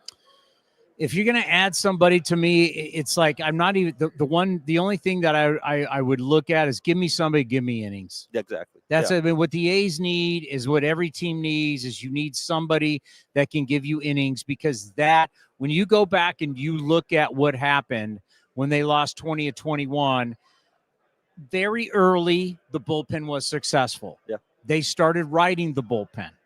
And you saw quick hooks with the starting pitchers, and then and everybody at that point was a 1-inning guy. I think we looked at it, Cody. What the bullpen when they lost 20-21, the ERA for the bullpen was 9? Close to 9, yeah. Yeah, it was close to 9. So what happened was the bullpen got tired. Yeah. You rode the bullpen to some early success. The bullpen got tired. And then all of a sudden, now you have starters that can't go deep, and you have a bullpen that can't get anybody out. It was a recipe for disaster. So we need to find some guys that can get innings, and I do like the whole bullpen mentality now that we can go more than 1 inning. Yeah. The bullpen at the end of the year would have been able to survive May. It wasn't built at the beginning to do that. At the end, it was. So right now, whether we're talking starters getting the innings, reliever, somebody's got to get the innings. That's the key thing for me. If you're going to add somebody, because we might be like, if Gage Jump comes up, Luis Morales, we're worried about their innings. Somebody's got to give you the innings. No question. Hell, if you went out and got Jordan Montgomery for nothing, the big lefty, and he could give you a ton of innings, somebody to give you innings. No, but I'm glad you brought that up. No, because it was a cause and effect thing with that stretch that everyone talks about. Yeah, the bullpen was bad, but it was the starters not able to go deep into games consistently. And when you saw that second half, we saw that rotation. Every guy that was going out there, they were going 5 or 6 innings, keeping you in the game. Then you didn't have to rely on the bullpen to kind of make up 5 innings or whatever. And they were a little bit more set in their roles, kind of knew when they were going to come into the game. But yeah, I think when I talk about like adding a veteran starter, I mean, they're not going to go out and get like a Dylan Cease or something like that. No. But a proven guy who can make you 30 starts, go 170 innings or something, pretty much every time out, at the very least, he's going to give you a chance to win the game. He's going to give you a decent shot. He's going to leave you in decent shape. He's not going to cause your bullpen to blow up on a given night. Right now, they have Severino and Springs as those 2 guys, veteran guys. They finished the year strong. You feel good about those guys kind of anchoring your rotation going to next year. I think if you could add one more veteran guy, you feel really good just kind of from a comfortability standpoint, having a little of that security blanket of 3 guys who have done it in the big leagues before. And I think if they could add that, I think that's probably at the top of the list right now. And they're probably exploring every avenue right now at this point. I'm okay with a guy that he's here to prove something. Yeah. He's not, will he be here long term? I don't know, but he's here to prove something to get to somewhere else. Yeah. Right. Like I have no problem with bringing in a guy like that because a guy like that needs to take the ball every 5 days. That guy needs to give you innings. If he's trying to reestablish himself in the game or trying to go get a contract, which may end up with the Athletics, may not. Getting a guy like that who's on a prove me deal, I don't have a problem with that. Yeah, and I think those are the type of guys that they're definitely looking at. And, you talk about pitching in Sacramento. It's not great. I mean, David mentioned that as, that's kind of a challenge, but at the same time, I think you could sell a guy on, look, this team is close to, breaking through and being a potential playoff team. And you could be a guy who could help us get over that hump. If you could come in and have a year that you expect to have, maybe your numbers will suffer a little bit, but, we have an offense that can kind of make up for that, right? I think that would be kind of the selling point from the A's standpoint. It's a pretty good one. I mean, you look at this group and, it's a fun group. It's a young group that we all kind of saw, shine with Nick Kurtz and Denzel Clark, all these, fun, exciting guys on the team. And I think if you're a veteran kind of looking to reestablish yourself, you have a good chance to, not have to go out there and be perfect every night because you're going to have an offense that's going to score a lot of runs for you. So it'd be interesting to see kind of who ends up being that guy. But I think, they're looking at all options right now. When you look at all these different names that are out here at the winter meetings and we're discussing all these different guys, and you're talking about Bregman, and you're talking about Tucker and Bellinger and Schwarber and all these kind of the polar bear, Pete Alonso and all these players. I think of Nick Kurtz. We saw somebody who is truly a game changer. Yep. We saw somebody who, as I always like to say, this guy's a dude. I think Kyle Schwarber, Kyle Schwarber is a dude. But a lot of these guys like Tucker, Bellinger, and I know Bellinger's won an MVP, but what we saw in Nick Kurtz was a star. That's a star, a guy who impacts the game every single day. He is, whenever you're a team that's going up against the A's, you've got to circle him in the lineup. This guy can't beat you. This is the guy you got to worry about. This guy is prime time badass. That's who Nick Kurtz is. A lot of these guys, people are talking about free agents making a lot of money. Are they? I mean, I heard someone talk. I think it was Jim Bowden, our buddy Jim Bowden said today, Kyle Tucker's not an aircraft carrier. That's what I'm getting at. Nick Kurtz is an aircraft carrier. Kyle Tucker is kind of like the support boat to a destroyer or whatever supports the aircraft carrier. I'm like, you're going to give a support guy $400 million? I thought you were going to say a dinghy. The little boat. I was like, I think he's a little better than that. I mean, they didn't even call him a submarine. I mean, you're going to give that guy $400 million if he's not an aircraft. To me, Nick Kurtz, he is no question our aircraft carrier. Oh, no question. I mean, it was a superstar kind of introduction to the league. It was special to watch. I mean, I'm never going to forget that 4-homer night. It was probably the craziest night I've ever covered in baseball. I've been in this game for 8 years, and that was something special. But just the whole year, kind of the way it played out, the way he figured things out so quickly. I mean, we saw it in spring training. Like you said, this guy was just different. When he would go up there, I mean, I saw him take Mason Miller deep in a spring scrimmage, like 2 days in. I was like, wow, this guy's something else. Like Mason Miller threw him a fastball in and he just took it out. It was incredible. But yeah, it was a privilege to watch him. I mean, I've heard Mark Kotze say similar words, like just getting to manage him at the start of his career. He knows, like, this is the start of something really special. This guy's going to be kind of the face of your franchise for years to come, and he's only going to get better. Like, there's so many things that he feels like he can improve on, which is crazy to think when you look at the numbers, and obviously unanimous rookie of the year, all that, but he's still kind of scratching the surface. There's still things that he still wants to work on. He still wants to improve hitting against lefties, and we saw that over the course of the season. Still little things that he wants to work on. His defense, he feels like he'd be much better defensively.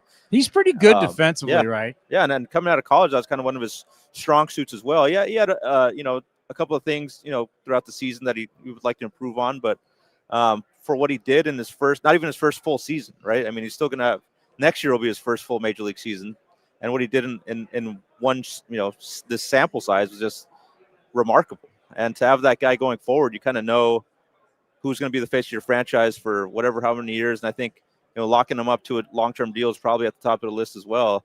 I mean, aside from adding guys to this current group, if you can lock up Nick Kurtz, I mean, that'd be huge because everyone in that locker room kind of knows. Like, you talked to him at the end of the year, Brent Rooker was like, this is I imagine it feels like when you're looking at the start of a legendary career of a guy who's just like a superstar. A Hall of Fame-like career. Yep. Because he not only has the skills, but he's very intelligent. Coming out of Wake Forest, the way they've trained with data and everything and biomechanics. I mean, this is what a modern day great player looks like. Oh, no question. And kind of, the way he carries himself. I mean, it's the kind of guy you want, obviously representing your franchise. And he's kind of aware of it too. I mean, he kind of saw with the extra media attention that he was getting, and he kind of was like a guy who kind of knew it was coming to him, and not in an arrogant way or anything like that, but he just kind of is aware of how good he is. Like, he knows, like, this team is relying on him to be a lot. They obviously drafted him really high, and he obviously got here really quickly. That's not something that happens often. A guy who gets drafted comes up that quick, and not only comes up that quick, but dominates that quickly. I mean, that draft was like, Jack Caglione was the guy everyone was talking about. Nick Kurtz kind of blew him out of the water. It wasn't even close.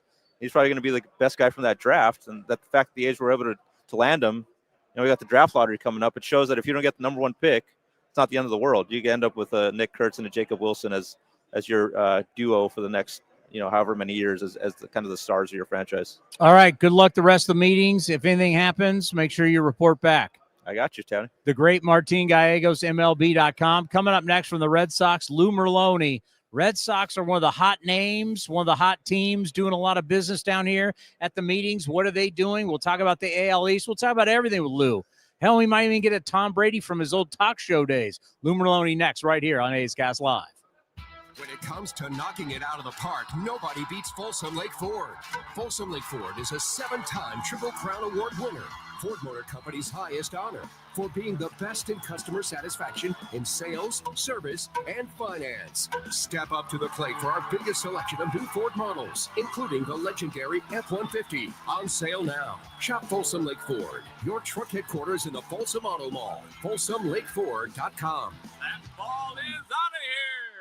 Looking to stay up to date on all things A's? Head over to athletics.com/A'sCast. That's athletics.com/A'sCast to listen to A's baseball in full 24/7 coverage of the A's, only on A's Cast. With a single click, you can stream great shows, live pre- and post-game coverage, and of course, all the great action of the A's this season. Head to athletics.com/A'sCast today.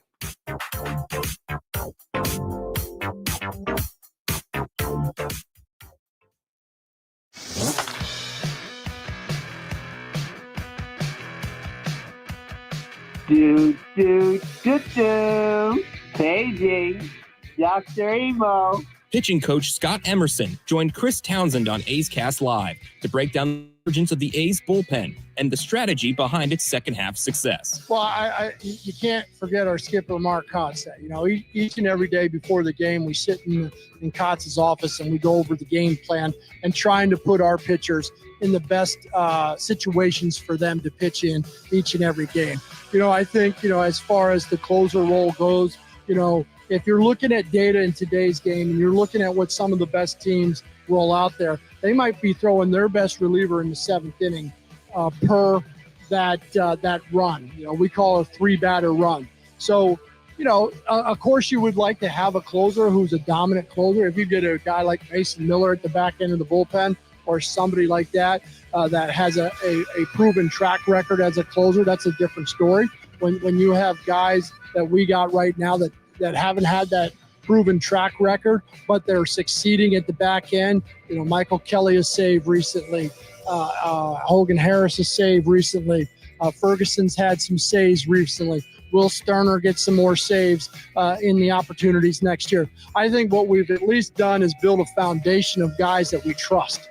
And when you got guys that you trust down there, it's a lot better than when you don't have anybody that you trust in that bullpen. You can watch the full interview at youtube.com/athletics or listen at athletics.com/A'sCast.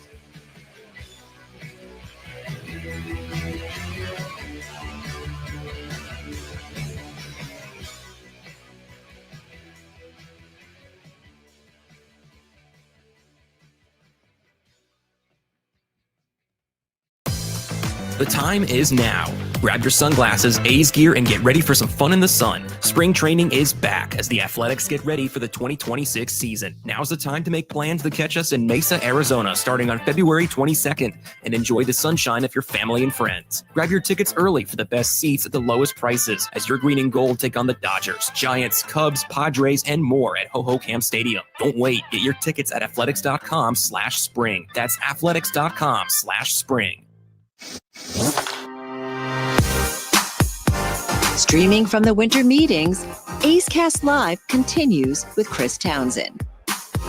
Oh, we always love having him on. Lou, how are you? I am doing well. Yeah, this is I love it here. This is like baseball's Super Bowl week, right? It's Yes. not even close. Don't get me wrong. But still, walking around, seeing some familiar faces, it's great. Well, from talk radio, you know all about that. All the years Yeah. doing talk radio, covering the Patriots. But yeah, this is our deal. This is where all the managers, all the influencers, all the guys who are making decisions.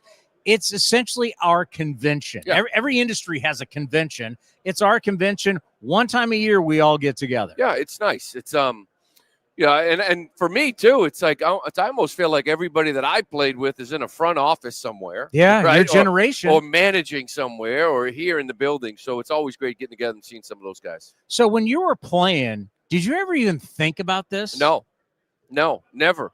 Like as a player, you kind of knew what was going on, and you're always following it because you knew the moves would be made. But I think like the year I retired, I got into the meeting and they sent me out here to cover it, and I was like, I want to come every year. Yeah. And to be honest with you, the fun time's having dinner and a couple of drinks with the guys. The guys you play with, or maybe working at the network or whatever it may be. But so it's great. What is it like when you do go around and guys you either played with or play against are now the people making the decisions? Yeah. What are the conversations like for you? Yeah, it's funny because you always have like the old school, the teammate conversation. Yeah. And then the minute you mention any kind of business, right? Like, hey, what are you guys going to, it just all of a sudden they get into that mode, right? Where all of a sudden here comes the GM talk or the front office talk. And, we're trying. So it's interesting. And I've done it long enough to kind of know like the walk the line type of thing, as far as have that conversation. And yeah, you try to talk to these guys, but you understand they got a job to do, and you respect that. No doubt. Red Sox are players once again, Hopefully. right? The Sonny Gray thing was very interesting. Immediately he shows up, pops off about the Yankees, Yeah. and I know that ingratiates you immediately to Red Sox Nation. I'm thinking they're players, whether it's trades, it's buying. The Red Sox got to be big players down here. Yeah, you would think, for years it was like that. Really, this rebuild started in 20, right? When they got rid of Mookie Betts, Sale got hurt, and it was like, farm system was nothing. They've rebuilt that farm system. They've got some good young players, a strong farm system, deep in pitching, with some exciting young pre-arbitration level type players, right? And it's something you guys know about as well. So now it's like, okay, so now can we get back to spending? And they've made a few trades, and I think they'll continue to trade out of depth, and because they have a lot of it. But where does the payroll go? I don't think they're ever going to be like Mets, Dodgers, and I think now the Blue Jays are another big player in this. In that 310, 320 range. But can you get to that 284 number, right? That's the one that everyone's sort of wondering if the Red Sox are going to commit to that. Can they spend another $60 million this offseason and be in that range? And if they are, yeah, it's like any good young team. You're just missing those two big pieces, right? Those veteran pieces in the lineup to kind of been there before, that help this young group come together. That's what they're looking for. They used to be a what we would call a global power in this game, Yeah. right? I mean, we remember back, and you would look out. You got Pedro Martinez, you got Manny Ramirez, you just got stars. What happened to that? Well, I still think we go back to like 2011, where it was this great team. They went out and they brought in a John Lackey and they signed Carl Crawford, and they were bringing in all these guys. And it just didn't work. It sort of fell apart. And I think for a few years there, it was sort of like spending money isn't the way to go, right? The analytics came into how much money are we spending per WAR? Yeah. And we were spending twice as much as the rest of the league. So I think those minds kind of, making money minds, the analytics got to getting into it and saying, okay, can we do this differently?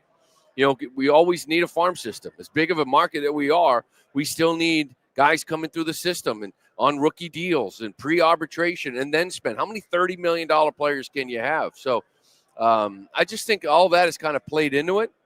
I still think they're spending. Like, it was funny when this ownership took over, everybody's like, oh, they were desperate to win. They cared more about winning. For 10 years, they were second in payroll. Well, the Yankees were like 185, 190. The Red Sox were 130. Yeah, they were second, but they were still 70 million, 60 million behind the Yankees. So now what's happened is teams have filled that gap, and they've fallen to 7th or 8th. Because the Dodgers woke up. The Mets woke up. They're no longer bankrupt. The Phillies, the Blue Jays, the Padres. The Padres are spending. Like 10, 15 years ago, they weren't. So I think a lot of teams just opened up those wallets, and we're wondering if the Red Sox will as well. All right, the Roman Empire showed up. That was a big deal. How good is this kid? He's legit. You guys got one, too, with Kurtz. Yeah. I mean, these guys are different. Kurtz is. Yeah, you got a special one. It was funny. We were back in Boston. everybody loves Roman, and they should. This kid is a special talent. He's a unicorn. Not every prospect is Roman Anthony, And then we went out to Sacramento, and I'm watching Kurtz. We played you guys like twice, I think, in a 10-day span. And I'm like, this is the dude you're hoping Roman is. I mean, he's hitting 300. He's hitting bombs. Like, this is impact, right? So, but Roman's a special player. The control of the plate. He's always hit the ball hard. There's been some ground balls. Now, all of a sudden, we're figuring out how to lift the baseball. The home run started to come before he got hurt, which really killed that lineup late in the year and in the postseason. But he's special. So Nick Kurtz comes out of Wake Forest. In Wake Forest, they've got all the data. They've got a ton of technology, and it said that this kid is super advanced. And you look at his size, and then he shows up, and everything, it's as advertised, and you're like, this is a big kid. Super strong, tremendous bat speed. The way he obviously, we now know about these plates, that we know about the power. For us old golfers, we're all worried about trying to hit it. Use the ground. He uses his lower half as good as anybody that I've seen, and you start to realize, like, this is the start of something. If he stays healthy, this is the start of something really special. Yeah, and I thought last year playing you guys, you could see it. And it wasn't just him. Like, I remember, the Red Sox competing for a playoff spot. People in Boston like, you're playing the A's. You got at least you should sweep them. And I'm sitting there looking at these lineups going, they're 1 through 5 are all better than any hitter we have. Story had a good year, but 1 through 5, like, I'm looking at this lineup. Bregman was a little hurt at the time, and I'm like, these guys are loaded. And the A's have always had that cycle, right, of guys, like lineups that are just fantastic. Hopefully spend some money and keep them. But that is a special lineup, which could do some damage. We saw that kid Morales up in Sacramento. Luis Morales, He didn't have a great day that day, but you could see it, right? You could see the stuff. So really it's about pitching with you guys. But these young kids are advanced now, aren't they? I mean, they come into this league, like some of them, like they've been there for a while. Well, it's like so funny when these kids come up and the broadcasters still try and act like it's the 50s. Like, he's got to learn his way in the big leagues. Like, this kid's pulling up in a Porsche. He's got a couple million in the bank. These kids are pretty advanced. They're not bumpkins picked off the farms in the 50s. Times are changing. You mentioned college and Wake and what they have. Everyone's like this now. Yeah. Like you go to these colleges in high school. They have TrackMan. In high school, they're looking at spin. So by the time you get into college, they are so advanced. It's why we're seeing Savages, and the Schlittlers, and we had a kid Connolly early. These young kids come up. Tolley was just drafted. It's his first year in pro ball because the college ranks are so advanced. When they get to pro ball, they're like, well, we're starting him in AA. And they just take off, and they get up here, and it's like they belong because the perfect game, all these big tournaments and everything. I just feel like these young kids are coming up much more advanced and more mature. They've been in the spotlight in some big games. It's fun to watch.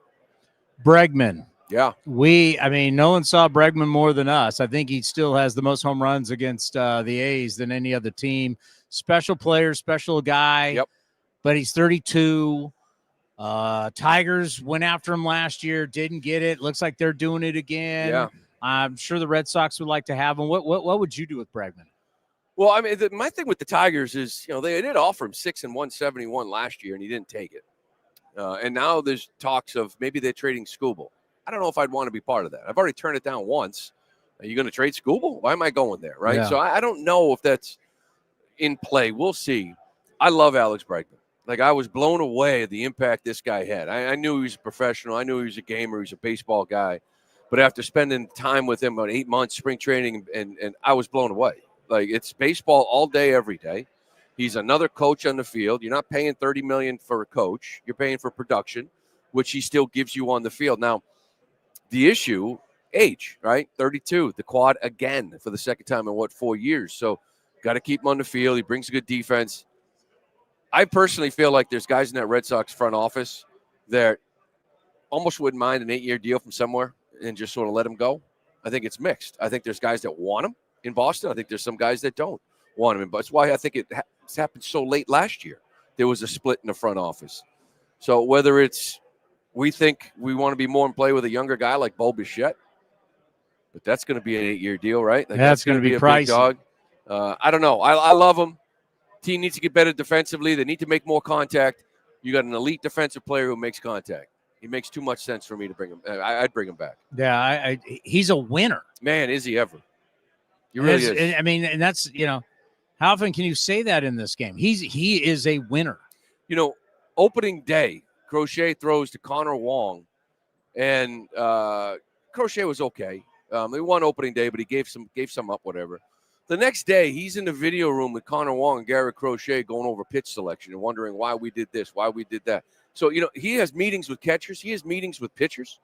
He was talking already to some of these young kids early, totally coming up saying, hey, listen, man, I want to go over some things because I think from third I could see some stuff. Yeah. And Tippett is everything now in the game. So this is what he is. He doesn't just worry about third and hit. He worries about the pitcher, worries about the catcher. He's out there early BP. He's not even hitting. And he's out there with the 4 or 5 young kids in the cage, and he's pulling them aside when they're done. He's talking about hand placement and trigger and things like this. This is a special guy to have on a baseball team. So hopefully it works out. And that's the thing when we start talking about whether we sign guys or not, we're looking at numbers or we're looking at analytics. That has nothing to do with any of that. No. Like leadership matters. When you're trying to win championships, when you're trying to win, leadership matters. Yeah. And I like to call it as like, I think analytics play a huge role in this game. And I like a lot of it. I don't like analytical extremists, who are just like, it's everything. Because you can't measure what I saw around the batting cage, what Alex Bregman brings you. You can't measure that stuff on a computer. You can look at bat speed, and maybe that's gone down. You can look at range, and maybe you can look at foot speed and exit velocity and all these things, but it doesn't tell you everything. So let's not marry ourselves to it. Like it's the only thing that matters. And leadership is a big part. I mean, you got a young team. You need some veterans. I just don't believe in young kids taking it to the World Series and winning. I think you need some veterans there who have been there before, have gone through the struggles, who know what to look for. Those things are important. Craig Breslow used to be a guest of mine all the time back in the day. We used to call him the smartest man in baseball. He is. Did not think I thought after his career he'd go beyond baseball, right? Super smart guy. Yeah. Like he's gonna, who knows, but finally be that doctor he thought he was going to be. Yeah. I didn't think he'd stay in baseball.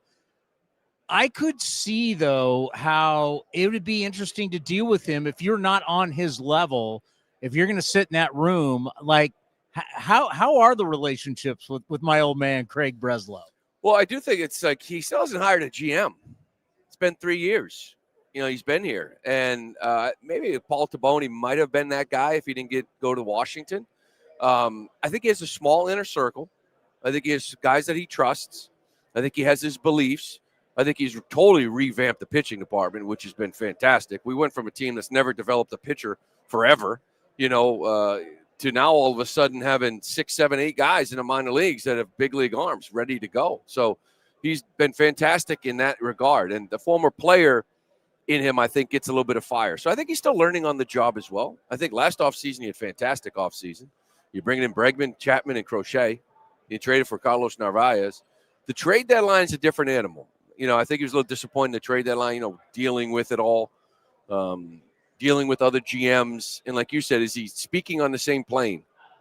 Then again, you look at GM offices, I think they all speak the same language these days anyway. So, well, and then Devers, that was a mess. It was. That was a mess. What's that like when obviously he was a fan favorite, also seemed like a little bit of a pain in the ass, big contract. Giants are willing to take it. Just how do you break that whole deal down? I'd say right from the very beginning, I would put blame on the Red Sox. Right? The communication wasn't there. It's like, hey, he's been pretty vocal, but we need to do things to improve this team. He's called out ownership at spring trainings. We know what we need. And it's like, okay, we want to add offense. If you sit down with them and say, listen, we're going to try to add some offense, but really the offensive players are all play third. Alex Bregman is out there. There's an Arenado trade possible. There's other third basemen. Yeah. It's like, if you had that conversation and said, hey, listen, maybe there's some time at DH, maybe time at first base. How do you feel? I just want to let you know that this is where we could go. And they tried to stay away from that because they weren't sure. And it's like, do I want to have this conversation and not get Bregman and put him at third and be like, oh, you were ready to move me, and have put that in Devers' mind. So I think they tried to stay away from, unfortunately, the way it went down. The communication wasn't great. He felt like he was blindsided. He felt like he was the best player, and I just got moved off my job. I just lost my job. So there was a lot of hard feelings. My thing was that spring training, it should have been over. Once we go into the regular season, it's about the team, right? Where am I? I'm a DH. Fine. Tristan Casas blew out his knee. All right, listen, you want me to try to place him first? Give me a few weeks. That never happened. Bregman tweaked his quad. Well, I ain't going back to third. It was me off. Yeah, it was sort of like this. Like, hey, man, I can appreciate. There's a lot of FU in this thing. Yeah. I'm from Boston. I can appreciate a grudge. Okay, Yeah. I can appreciate someone that holds a grudge. Don't get me wrong. However, it's your team. Yeah. Like these guys, if they didn't change their minds, your teammates got hurt. He blew out his knee, blew out his quad.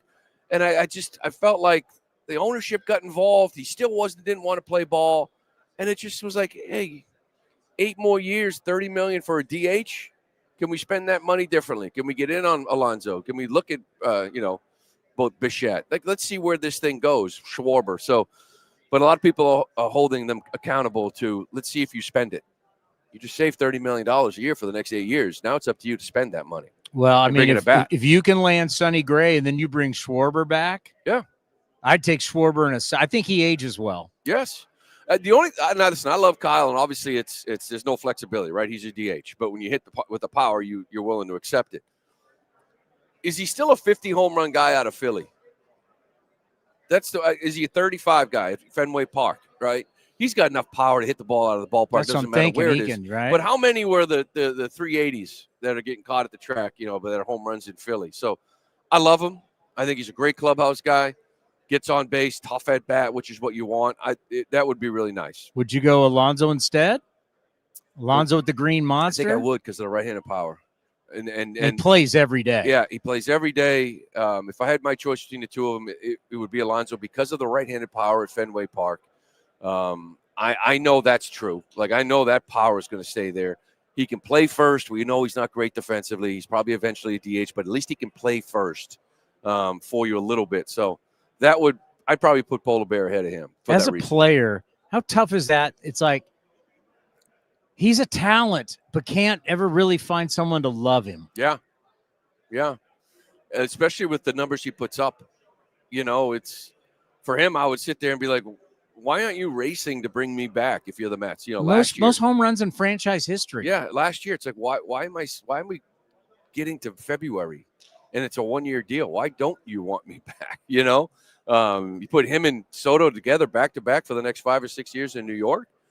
Man, that's difficult to get through. I don't want to get through that lineup. Just those two alone. So, yeah, it's an interesting.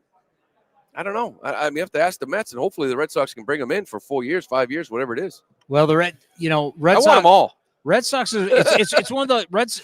The sport's better when the Red Sox are good, right? Well, it's the Boston Red Sox right now. You got a rotation. You got Roman Anthony, and you got 5 through 9 covered. Like, you're the Red Sox.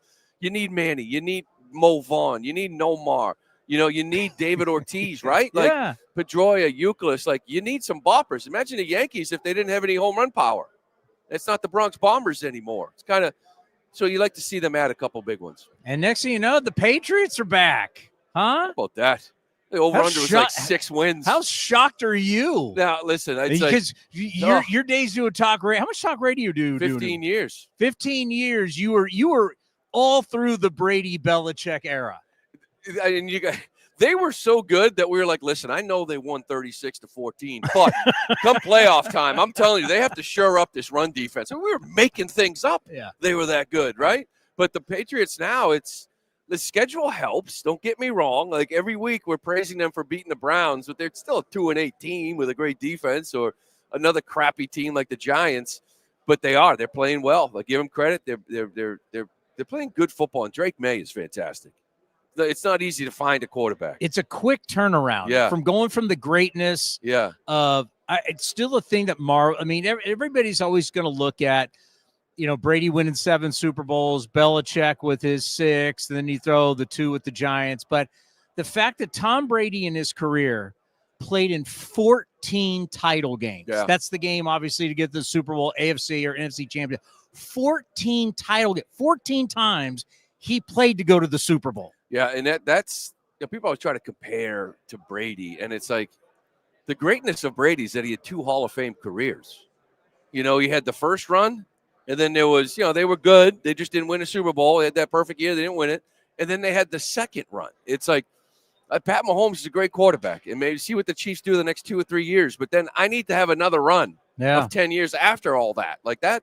That's the greatness. We can say that Mays put up better numbers year 2 than Brady, and this guy's better than Brady and everything else. But you show me 20 years of what that guy did. That's the greatness of what the Patriots had back then. And yeah, we'll see. It's exciting. It's nice to have a good football team because they've been pretty bad the last 3, 4, 5 years. Hell, when we were growing up, we thought no one would stack up to Joe Montana. Right. It was Joe Montana was the standard. 4 Super Bowls, never threw an interception in the Super Bowl. Joe Cool, he's the guy. Sure is. And then Tom Brady, who grew up in the Bay Area idolizing Joe Montana. I mean, the debate is interesting. Montana played in the era where you could take the quarterback's head off. It was a different era, but man. You bring me back to the radio days of like the debates. Who's the greatest of all time? Who deserves more credit? Belichick, Brady. Those are all the hot topics in Boston. Hasn't that been answered? Oh, it absolutely has.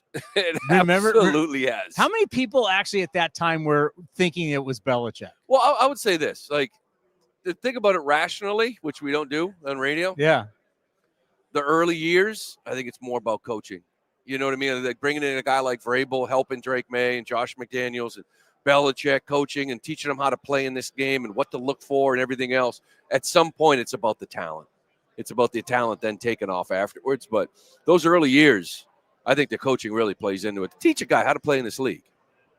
But in the end, to sustain it, it's about you, the players. It's about the players on the field. It'll always be about the players on the field, in my opinion. You know, when even in baseball, you know, we talk about these coaches, and I see these managers get fired. And I'm like, I look at the GM, I'm like, what did you give them? You know, like, who did you give them? You know, so it's I feel how like are these guys manager of the year, and then 2 years later you get fired? Right. Oh, he just lost it? Oh, he lost the room. Oh, maybe you brought in the wrong mix. You know, so maybe that's it. Or maybe you didn't do anything at the trade deadline. And, you know, they had injuries, and it's just, you see it all the time. It's why I like Brandon Hyde out in Baltimore. Yeah. I love the fact they stuck with him, like Kotz, you know, like stick with him through these tough times. When we get on the other side of it, you got a good manager. And then in one bad year, and it's like he's gone. And it's like, really? Stuck with him all that time. He's a good manager, you know. So wasn't Kotz. So hopefully you guys get to enjoy Vegas and you get to enjoy some money and some wins. All right, you are the best. All right, well, we always I don't know about that. we always appreciate the time, and you always. I mean, when he comes out to the Bay Area, you're getting out to like Olympic Club before. Oh, yeah. and all the good San Fran. You're taking care of business, but hey, we always are. appreciate the time. You'll like Vegas. Trust me, Vegas is going to be. And I like Sacktown. That's my Sacramento's. The last year I played pro ball was in Sacramento with the River Cats. Yeah, you were a River Cat. I didn't sure know was. that. 07, we Brick Down Showdown champs. We went out and played this year, and I showed Dallas my because Dallas was on that team. Yeah. I had my Brick Down Showdown championship ring. I brought it for the series. Yeah. Nesson thought it was great. We started talking about my time in Sacramento. I loved it. that's It was awesome. beautiful. It was. I like going back there for a couple years, but I think I'm ready for Vegas. Oh, you're going to love I think I'm ready. Put it this way. When you show up, I'll have golf for us. I can't wait. I'll have golf lined up. Beautiful. Sounds good to me. All right, you're the best. Good to seeing see you guys. We got more. What do we have with Harold Reynolds coming up? Yeah, Harold Reynolds about 10 minutes or so. All right, Harold Reynolds coming up next from MLB Network right here on A's Cast Live.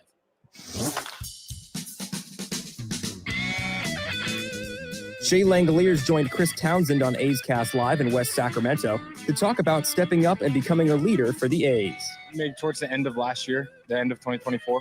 Yeah, it's something that just kind of happens. Like all of a sudden, guys start asking you stuff. You used to ask those questions. Now those questions are being asked to you, and it's kind of something that just gradually happens, and all of a sudden you're kind of a guy people look up to, and I've really noticed that, and you know, we understand when we have players in this situation, and like where you are right now, and the younger guys come up and they start bringing up your name, I start realizing, okay, we're starting to see that transition. Tell us what that's like. It's got to be a pretty cool feeling. Yeah, it is kind of funny. Like you said, it's the questions I was asking when I first came up, and the questions that I'm getting from the younger guys now. And I'm not one to claim to know all the answers and have all the answers. Just be as honest as I can with them, what my experiences were, what I went through, what I thought helped me. And like I said before, everybody's different. Everybody's going to have, you know, a different answer to what their question is. And I just, you know, go off my experience and what I felt made me better, and then they adjust with that. You can watch the full interview at youtube.com/athletics or listen at athletics.com/AceCast.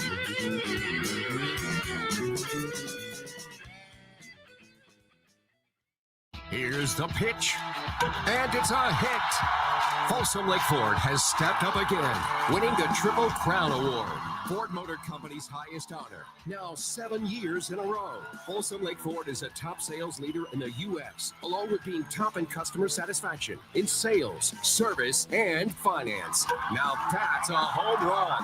Don't miss the huge savings on your favorite models at your truck headquarters. Folsom Lake Ford in the Folsom Auto Mall.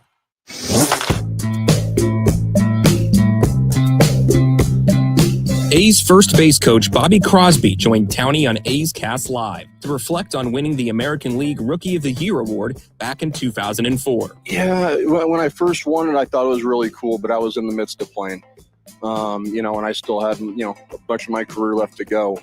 Once I was done playing, I appreciated it more, and now I start to appreciate it more and more as time goes on. I mean, it's something that, they can never take away from you. So no matter what, I'll always have that title, and it looks like we're going to have another one doing the same thing. You can watch the full interview at youtube.com/athletics or listen at athletics.com/A'sCast.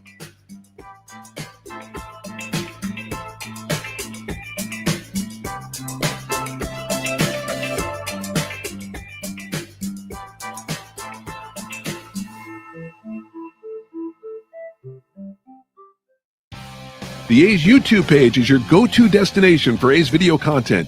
Get access to great highlights, exclusive behind-the-scenes content, classic games, A's Cast Live, and more. Visit youtube.com/athletics.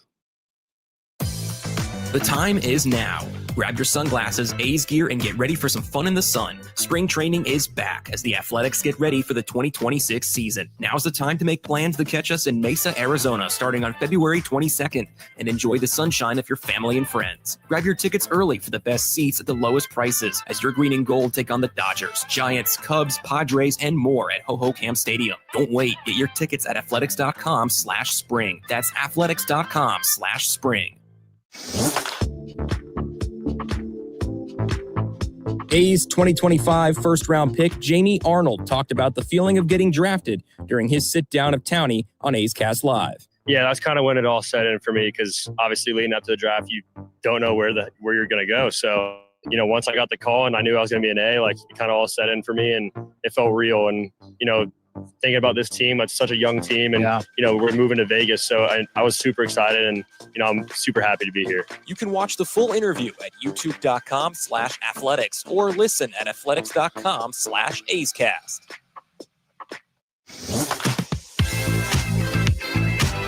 A's Cast Live continues from the winter meetings. Here's Chris Townsend.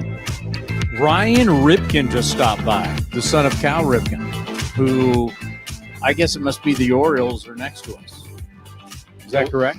I think he has his own the Ryan Ripken show. So he was on with us last year, right? Yeah. Where were we at last year? Dallas. We went to Dallas, Nashville, San Diego.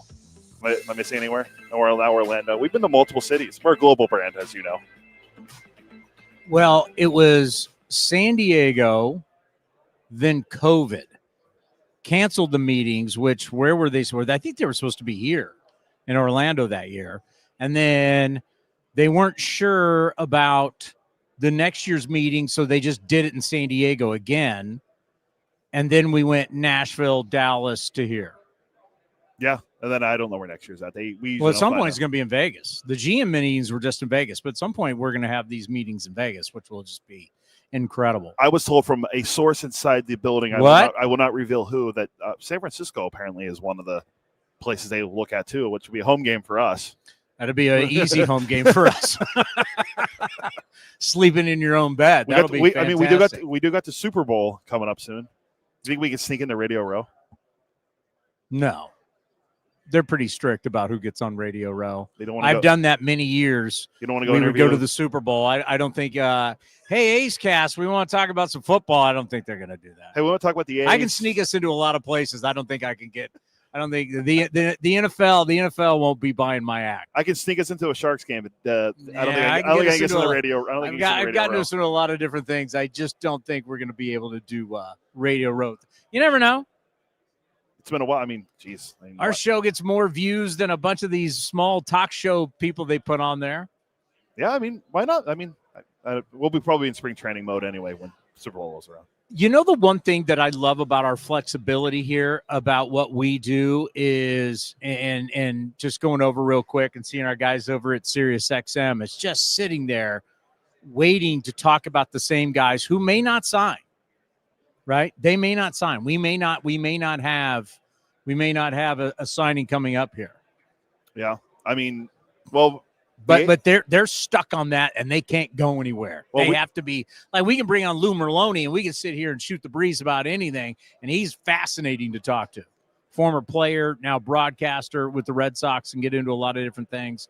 You know what I'm really looking forward to this year with David Forst is I want to get into how it works. How do you work these meetings? How do you schedule? Who do you schedule? Why do you schedule? Do you look at people who could be potential partners? Are you setting up for stuff down the road? Because some of the things that you're doing here is planting seeds.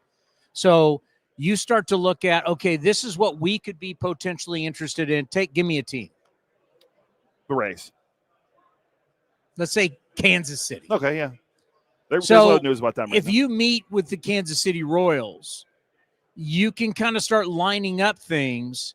So when the season starts, let's say things go good for the Athletics, things don't go well for the Royals. Royals are looking to sell. You've already had talks here face-to-face. You get suites. You bring people to your suite. You already know where they are with potential guys because you can do those scenarios with these teams. Hey, listen, if things go good, this is where we'll be. If things go bad, this is what we're going to be thinking. Well, since you met in December in Orlando, when we get to June and early July, A's now need a starter, A's need a reliever, A's need a second baseman. You remember, well, we had those talks with Kansas City. This is what they were thinking. So, yes, signing people now obviously is good for your organization because you want to have shiny new toys heading into Christmas. I mean, this is one of the things that the winter meetings does. You want to be able to say, we signed Juan Soto. Season tickets are available. Let's go. Like we're talking about selling tickets are on sale right now. Athletics.com/spring for spring training. For spring training, right? Well, you sign somebody, you say, you're going to see this guy at spring. I'll never forget. I still have it in my phone. I still have when the Giants did the Carlos Correa. I was in Boise when you sent that to me. And the Giants put on Instagram, they photoshopped Giants uniform on Carlos Correa, and then put the Christmas lights necklace on him, and they had a Christmas special. Didn't last long. They took that off the board. But yeah, that's what you do. You sign a free agent and you start throwing it out to the public. Hey, this is the guy you're going to see. This is the guy who we've invested in. And this is why you need to buy season tickets. Yeah. If you look at our Cactus League schedule, full screen graphic, which I have up, Jacob Wilson, I think Eric another one. Kubota, Haley Alvarez, Greg Ledford, they're the brain trust of the brain trust of the Athletics has just walked by. Yes. Well, we were slumming it on the airplane with our general manager. Well, he wasn't slumming it, but we were. You mean David Forrest in first class and we weren't first class? You look on, it's like him and Randy Wynn was on that flight as well. There's a lot of heavy hitters on that flight with us. Just to let you guys know that when I was going past David Forrest in first class, I said, "Hey, if there's anything you need, we'll be in the back of the airplane if you need us, David." I'm trying to get David to go to the Cal bowl game in Honolulu. Oh, it's he's going to be at another island, and he said he'd end up getting divorced, but I'm trying to convince him to fly over. It's because he's a Cal fan. His wife ended up doing law school there, and David Forrest doesn't live very far from Municipal Stadium. And they are playing Timmy Chang and the Hawaii Rainbow Warriors, right? Yeah. Aren't you tired of watching the Mountain West? JKS. I heard he sang. Yeah. They're going to pay him a lot of money. Hey, by the way, not to go on a college football tangent, that quarterback they had last year, he's having a pretty nice year for Kurt Cignetti in Indiana, right? Oh, Mendoza? Yeah, he might win the Heisman. He's very smart. He got the degree from the Haas School of Business at Cal and then took the money at Indiana. He's a very smart kid. Yeah, he's having a hell of a season. Indiana, #1 ranked team in the country. Kurt Cignetti. To me, We'll see. I've been kind of floating it out there, but to me, I'm telling you right now, I think Kyle Schwarber is the big name to wait for. Kyle Schwarber signs, that's the big domino. If we're talking about around the league, I mean, obviously there's what we, oh my God, there's carries. All of them, but it's the Caray families here. They're all better than the actual. Or instead of saying Chris, You know, the real talented Carays are finally in front of us. Obviously, Chip, who's one of the great broadcasters, the twin brother, who's actually. It's hard to believe that the twin brother is better looking than the other brother. Me having twins, but yes, the more talented Carays are in front of us. Oh, they're here networking. Where's Chris? Hanging out in Arizona.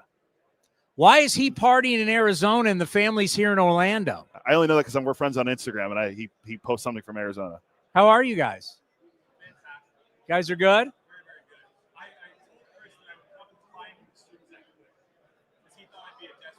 Stephen Caray, Chip Caray. I mean, it's the Caray royalty. Should we Photoshop Chris in somewhere? Chip, come here. What are you doing? The great Chip Caray, voice of the St. Louis Cardinals. Obviously, the Cardinals are a team that are very interesting. But, yes, one of the top voices in our game for many, many years. How are you? Great. Welcome to Orlando. How do you like the traffic? It's amazing that we're like on Disney property, but yet we're not even close to Disneyland. Yeah, it's great. Happiest place on earth, you know. So you've been here long. People forget you were the voice of the Orlando Magic back in the day. Yeah, back when they began. I was 24. I was kind of on the Greg Papa train. The early NBA. 24. He was NBA. Pacers, yeah. He was, I mean, and had no idea what the heck I was doing, but a wonderful man named Pat Williams gave me a chance. And legend Pat Williams. The rest is history. But, yeah. I'll sound old. I remember when this was all trees out here at Disney. Now it's all built up giant resorts and such. That's right. You would know Orlando from the very early, like Golf Channel hadn't even started yet with Arnold Palmer. It's changed a lot.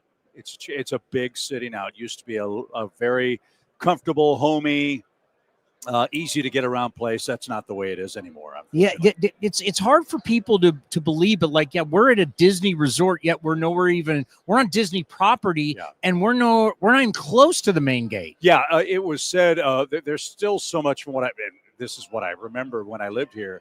There is still so much undeveloped property here at Disney World that you could probably put 7 or 8 Disney Worlds in the parking lots. If that makes sense. So they have room. They have more room to grow. So if you really like It's a Small World, well, that's the most misnamed ride here at the park. So the family has changed a little bit. Congratulations on your daughter getting married. Thanks. Yeah, she's great. She and Nick are in Los Angeles. That's where they live. And we survived the wedding. It was wonderful. Great celebration. He's a great guy. So we're really happy he's part of the family. Now, St. Louis Cardinals are making deals. What do you see them being an active team while they're down here? Well, I hope so. I think that's what our fans would like to see. I think it's safe to say the last 3 years weren't up to the standards that Cardinals fans have come to expect, and they've kind of ridden a status quo, hope we get in, see if the veterans still have lightning in the bottle philosophy that hasn't paid off. And look, Chaim Bloom and John Mozeliak, to his credit, has said the same thing, and we all know this. The Cardinals are the organization that invented the farm system. Branch Rickey's responsible for that, and the Cardinals have always been a draft and develop organization. They kind of got away from that.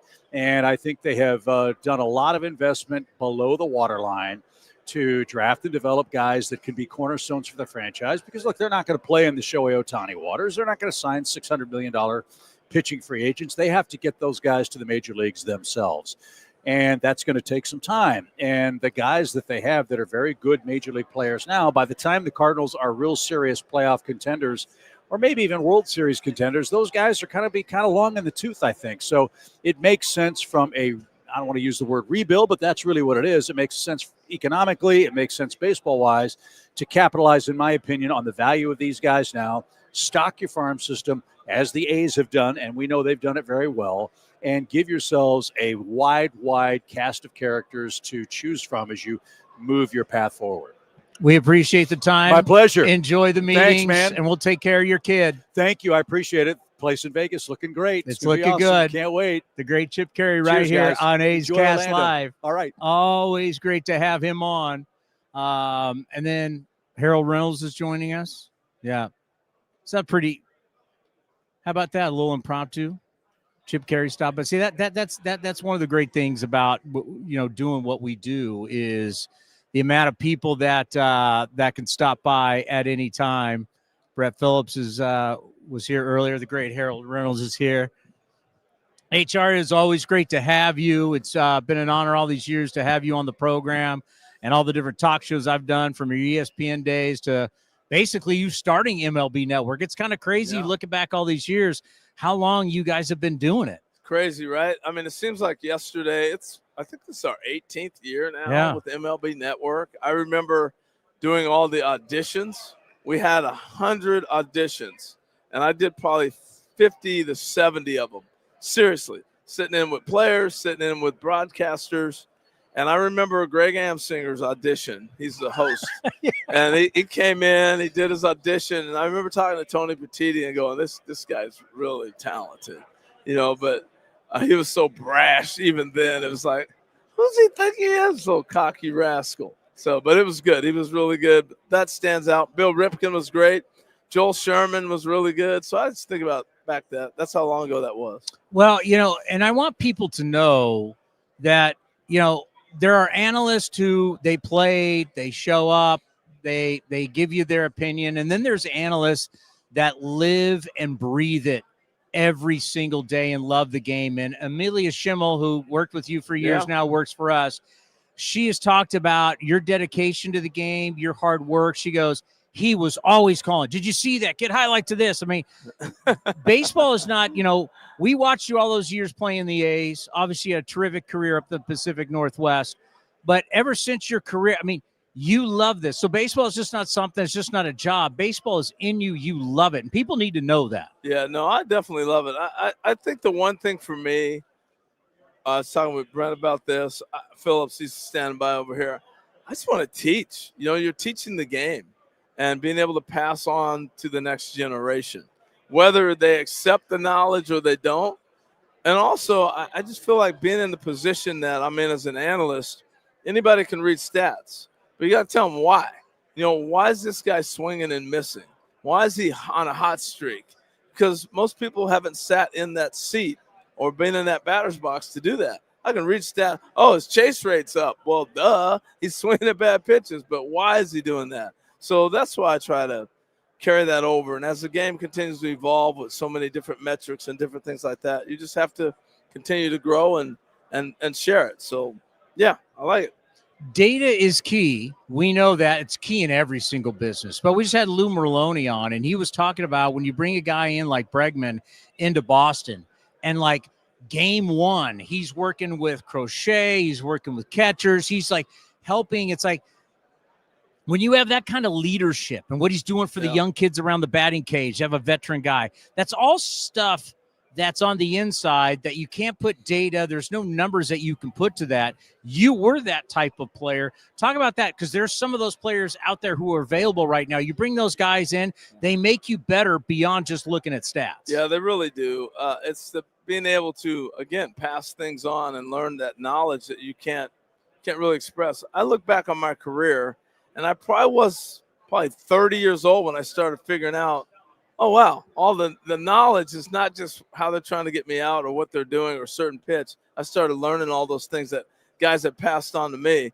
I'll never forget, I used to ground out. We'd play the Orioles, and I'd ground out the Cal Ripken all the time. And finally I was like, oh, they're trying to throw the pitch for me to hit that. I'm not swinging at that anymore. And pretty soon, okay, now you got to get me out a different way. And so I remember talking to young Brett Boone about things like that, passing it on, because Julio Cruz taught me certain things, and you just pass it on. I'm getting ready to take Julio Cruz's job as the incoming young second baseman. I'll never forget the spring training, and Julio says, that's the glove you use? No, this is the glove you need at this position. Breaks my glove in, gives me his old glove, and just taught me this is what you need to do, knowing that I'm going to take his job in a year. Wow. He trained me up and passed that same thing on. I did it to Brett Boone, knowing he's coming next. And Brett passed it on, and that was kind of what happened. So I hope that chain has not been broken and guys are still passing it on. But that's why you got to have veteran players on your team, because you talk about leadership. Those are the things that are leading. It's not about me. It's about the team. It's about the sport. It's about the game. Well, when we get up early on the West Coast in the morning, we're now watching you and Matt Vasgersian. We're at that time of the year. So I know Matty V is always bringing you back to the A's world. Oh, yeah. When you talk about looking at a young player and you know greatness, like you knew that with Griffey, right? You knew when he walked up. It's kind of like what we're seeing with this Nick Kurtz. How much have you been able to watch Nick Kurtz, and what do you think? He's incredible. He's going to be one of the next great hitters. You know, they were talking about him being Rookie of the Year this year, which he was. I mean, he should have got MVP votes. Yeah. That's how special of a talent he is. But you don't see a guy handling the ball the way he does in all the different quadrants of the strike zone. And the big one, the big telltale is he's hitting for average in a generation where average doesn't matter. And, you know, it reminds me a lot of Aaron Judge. Aaron Judge was always going to be a guy, he wanted to hit for high average. And that's why he's chasing a Triple Crown basically every year. But Nick is special talent. So in our game, they've tried to sell us that batting average doesn't matter. Now they're trying to sell us ERA doesn't matter. How about the sales jobs we got going on here in Orlando? I mean, come on, give me a break. Batting average doesn't matter. What are we playing for? Yeah. After a while. Look, they're except for when we get to pro ball. All those stats matter. Yes, any little leaguer. What'd you do? I hit 450 this year. What was your ERA? Oh, I had a 0 ERA. Those are important numbers that are the fabric of the sport as we move forward. And I hope we wake up. Football, we got all the new metrics in football. You still go, he was 12 for 20 for 200 yards. And everybody knows immediately what that means. I worked in the NFL for years with around a lot of great coaches, and they said no matter what, this game will always be about blocking and tackling. No doubt. Right? No doubt about it. The essence of the game. By the way, you, Dan Plesac, and your guy Greg Amsinger tonight, the national pregame show will start at 2 p.m. Pacific time for us on the West Coast. Plesac's the best, right? When he does DJ Dan, and you talk about a guy, he's larger than life. He was a terrific closer back in the day. Yeah. The personality, your personality, Greg's a character. Just ever since you guys went to this show, just how much fun has it been breaking down? Because you get to break down games, and you get to break down games as they're happening in front of you. Yeah, that was also a hindrance early on. I mean, we did the late night show, so you're always going to live updates and live looks, and that's great. I love it, and it made MLB Network. But starting at 5 o'clock and leading in 2 games gives us time to have a real long conversation. Because usually, I was sharing an example earlier, but let's say, for example, we're talking about Nick Kurtz. And next thing you know, Aaron Judge steps to the plate with the bases loaded. Well, we're talking about that. It's a split screen. So you don't get a full uninhibited conversation. Now, we can actually script that in. We're going to talk about him at 5:10 till 5:20. And we can do breakdown tapes, and we can have a full-on conversation about Nick Kurtz, you know. So I think that's been a huge advantage for the early show. When you talk about versatility, you know, infield means a lot to you. And what we're seeing now when guys come up, it's like you got to bring multiple gloves. Like, it's not like you're a shortstop, you're second, you're third. It's like, man, you could play. Yeah, man, we may throw you at first. Yeah. Just this generation, what you've seen defensively, versatility, I mean, you want to stay around here for a long time, you got to be versatile. You got to be versatile. I think what you grow up with, you're able to master. You know, if I was told I had to learn to play the other positions, I probably would have done that. I look at Mark McLemore, who he came up with the Angels. I came up with the Mariners. We were both second basemen and went up in Baltimore together. And it was like, okay, who's going to win the starting second base job? And Mac eventually said, well, I'll be a utility guy. He didn't like it, but he extended his career 10 more years. And I was done in the next 2. And so could I have played the outfield and ran around, caught balls and thrown it back in? Yeah, you know, but he took it on. He learned, he grew. And my point is that if you're taught athletically, you have the ability to do it. And if you're taught to do it, you can handle it. That's why this generation has so many guys who can do it. Now, there are certain guys I wish that you're a shortstop. You play short. You play second, it's going to be better for you. But I think we do get a little bit too much of versatility instead of letting guys settle in. But they are taking advantage of the athlete as well. Let's end on this. We lost someone who meant a lot to all of us and everybody watching and listening right now. every single time. I got to do so much with Ricky Henderson in my career, especially after he was done. We did a lot of stuff together, and he was so much fun. And I know he meant a lot to you. You have the great story about Ricky Henderson calling you about winning the stolen base title. Yeah. But, you knew when you knew, like one of the last events I did with him was this Comerica deal where we're sitting there in front of, they were a big sponsor, and you knew you're sitting with greatness, and everybody's, as we're doing this back and forth with these bankers, like that, this is greatness. What the relationship that you have with them is just sad we don't have them. We lost them at such an early age, but truly you knew when you were around Ricky Henderson, you were around greatness. Well, I transferred from San Diego State, and I went to Kenyatta College in Redwood City. So the A's were playing a lot of day games on TV, and Ricky was just breaking in. I got a chance to see him way back then, stealing bags, Billy Ball. Remember when Billy Martin had the Billy Ball? And to meet him years later when I get to the big leagues, and there was just Ricky had an amazing presence, and he loved people, and he could tell the funny stories, and he was a funny person, but he also was very, very smart. I had a lot of conversations with him on stealing bases and what he'd work on swings and how to take pitches and a lot of things like that. He had such a major impact on me. But the personality stuff is what I will always remember. Him speaking in the third person. Just the first time I heard him speaking in the third person, I went, what? Yeah, Ricky's sweet, man. Ricky, we're playing cards at All-Star here. Ricky got a sweet hand here. Ricky gonna burn somebody. And that was just like, he's talking about him? Yeah. Ricky got an ace here. Ricky got an ace. It was just him. Real quick, I'll leave you this one. So All-Star game in Oakland was my very first one, 1987. We're getting ready to have a team meeting, go over signs and what we're going to do in the game and all that. And it's like, where's Ricky? Where's Ricky? He's napping. He took a nap every day. Here I am, nervous, scared to death, All-Star game. I mean, even veteran guys were nervous, and Ricky's taking a nap in the other room. I mean, he was just the coolest customer ever. Ricky don't need no signs. Yeah. Ricky know what he's doing. Yeah, Ricky's stealing. I love it. Well, 2 All o'clock right, today, you will be on with Dan and Greg. What you guys do for us and our game. Thank God we have MLB Network, second to none. You are the best. Always great having you on the show. Thank you. And then we'll talk to you during the season. All right, sounds good. The great Harold Reynolds right here on A's Cast Live. Is that going to do it? This is going to do it for Harold our don't need first no half. intro. Yeah, that's it. We'll be back at 2 o'clock. All right, we will be back at 2 o'clock. I mean, how about that? Harold Reynolds. We had Brett Phillips on Harold, today. Chip Carey stopped by. Lou Merloni. Who else did we have earlier? Martín Gallegos. And that's it.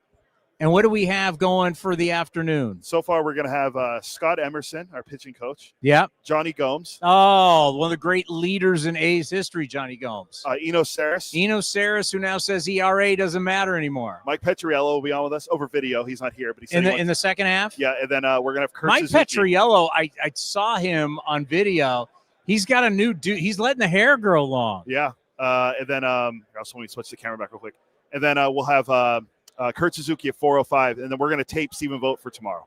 So, Steve, and then give him an idea of what we're going to have tomorrow. Jam-packed list. Dan Otero to start the show. Okay. Then we're going to have Hembo. Then we're going to have Alden Gonzalez from ESPN because he's here. Then we're going to have Kotze, 11:30. The skipper. That's 11:30 Eastern, so 8:30 Pacific. And then in the afternoon, Torey Lovello, Don Kelly, the manager of the Pirates, and Tony Vitello, the new manager of the Giants. So we'll go manager of the D-backs, manager of the Pirates, and new manager of the San Francisco Giants. I can't wait to talk to Tony V. Yeah. This is an interesting for the San Francisco Giants. Yes, is it an experiment? No question. But my question is really going to be so much about what a manager does is to set a culture. The day-to-day decisions are now done with front office and manager. It's a collective. We got to wait to see how it works. But, like in anything, it happens everywhere.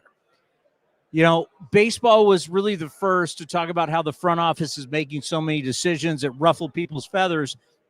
And I was like, hey, listen, Steve Kerr is with Lacob, Kurt Lacob, and all these guys, and Bob Myers, they're all making decisions together, right? They're making decisions together, and they're winning championships, and no one's complaining. So it's like, this is just how modern day sports work. But the manager has to set the culture, has to set the rules, this is how we're going to play. This is how we're going to conduct ourselves. And that filters all the way down. I mean, because you're the guy that's got to get in front of these guys. If something happens away from the field, the manager's the guy you got to talk to. That's why I always say it's the guy at the front of the bus, the front of the plane. This is the guy who's the leader. This is the guy in charge. Well, for this new manager for the Giants, everything is going to be new. Everything's going to dealing with pro players, having a spring training. He's going to travel more than he's ever. He's going to be in hotels. He's going to be on airplanes. He's going to be dealing with multimillionaires. He's going to be dealing with a fan base that is completely different. This isn't the University of Tennessee. This is the San Francisco Giants. Everything is different. Nothing is apples to apples. And inside all of that, you've got to set what is the culture going to be. Because the one thing, if you don't have control right out of the gate, that's where when they talk about losing the locker room, you hear about in football all the time. If you don't set the culture and set the ground rules, and this is how things are going to work, and I'm the leader of it, if you don't do that right away and you don't establish that well, it gets out of hand fast. And guys will run over you if they don't think you have the power, if they don't think you have the control. It's just unfortunately the way young men work, especially young men with money. If they don't think you got the hammer, if they don't think you're the guy that's really deciding my career, my at-bats, my innings, how I make my man, they will run right over you. I'm looking forward to it. I'm interested to see what he says. I mean, the Giants contingent was on our flight as well. I should have been like, hey, we're looking forward to the. I mean, everybody said everything that we have heard and we've talked about. Everybody says he's just one hell of a guy. He's, you got to be a builder. You got to be a builder of relationships. And more than ever before, something that we talked a lot about with Bob Melvin is you got to be, and Steve Kerr was great at this too, where Mark Jackson wasn't. I'm sorry, I'm going on Warriors here, but they're a great example. Mark Jackson was awful at managing up, great at managing down, awful at managing up. And that's the difference between the old school skippers and head coaches, is that they just had to manage down. Well, now you got to manage up. You got to manage the owner. You got to manage up to the front office, and you got to be able to manage down.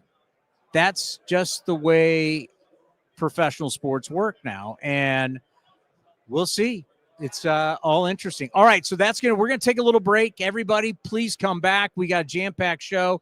So who do we have once again in the afternoon? Scott Emerson, the ace pitching coach. Where was my Scott Emerson, Johnny Gomes, Eno Saris, Mike Petriello, Kurt Suzuki, New Angels manager. And throw out spring training tickets available right now. Yep. Mesa, Arizona. Yep. Let's go. Athletics.com/spring to get your tickets. And also secure a spot in Vegas for $19.01. Athletics.com/Vegas. Well, if you're talking about spring training tickets, if you're talking about games this year to Sacramento, you talk about stocking stuffers. People always like, what would be a great stocking stuffer? Tickets.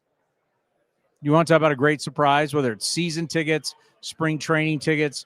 It's great for Christmas. There's no question. Yeah. Well, they're all digital now, so you can't play anything technically in the stuff. No, you can still print stuff out and put it in the stocking. You can? Yeah. I thought everything was just digital now. Well, yeah. You take what they sent you, the email, print it out, put it in the stocking. I always just put it in my Apple Wallet. So I'm so old. I'm so new school now. I'm so hip. You're killing the bet, but that's kind of you. I'm just because you bring it back to you. I was looking at the younger generation now. Because I think the younger generation still has stockings when they go. You younger generation, when you go to your parents' house, your stocking's still up, and your parents still put presents in your stocking, right? I don't go home, so I can't answer. I'm the worst person to ask that question to. Do you see what I'm dealing with, people? Do you see what I'm dealing with in Orlando? By the way, it looks like it's starting to clear up. I do want to go over and I didn't realize Disneyland is 2 miles away from here, even though we are on Disney property. I do want to go over there to say I've done. So our downtown, I say ours, like we're residents. Disney California is ours. Disneyland in California, we have downtown Disney. Yeah. Has a bunch of good restaurants. I guess they have it here, but it's called something else, and it's far away, even though we're on Disney property. Well, I guess we'll have to find out then. And that's where all the restaurants are and everything. I want to go check that out. We need to find out how we get over there. Did Martín say there's a shuttle? Some type of, can you imagine that? Disneyland, you don't shuttle all the, in Disneyland in California, we all just go from whatever hotel you stay at, you walk and you go right in. Well, here you got a shuttle everywhere. I'll wait for the shuttle after seeing what Uber prices were like. Can you imagine being with little kids and the little kids are falling apart after a day at Disneyland and you're waiting for a shuttle? That'd be awful. I would not have kids. In the Florida humidity, I'm just thinking, oh my God. I mean, to me, I've always stayed at the Disneyland Hotel. You just go right through downtown Disney. You actually get on the monorail and go in. Oh, I thought of how it was awful last night and this morning after the rain with the humidity. I can only imagine what it's like when it's not raining and it's 100 degrees. Yeah, last night we had severe lightning storms. So people, and it would have been like, park was still open. Park's open to what? Midnight? So we had severe lightning storms around 7 o'clock. Can you imagine being in a park and the lightning storms? They might have had people go for cover. It was crazy. Looking outside your window, it was like a fireworks show. It was crazy and just pouring rain. So hopefully the next couple of days it's going to clear up. Our pool, our hotel is pretty sweet. They got the lazy river, they got the sweet pool, the Signia Hilton that we're at. It's on Disney ground. I can see where people can hang out. You come here for like 6 days. You're in the park for a few days. Hang out by the pool in the lazy river another day. They've got golf courses here. They've got it really set up in Florida.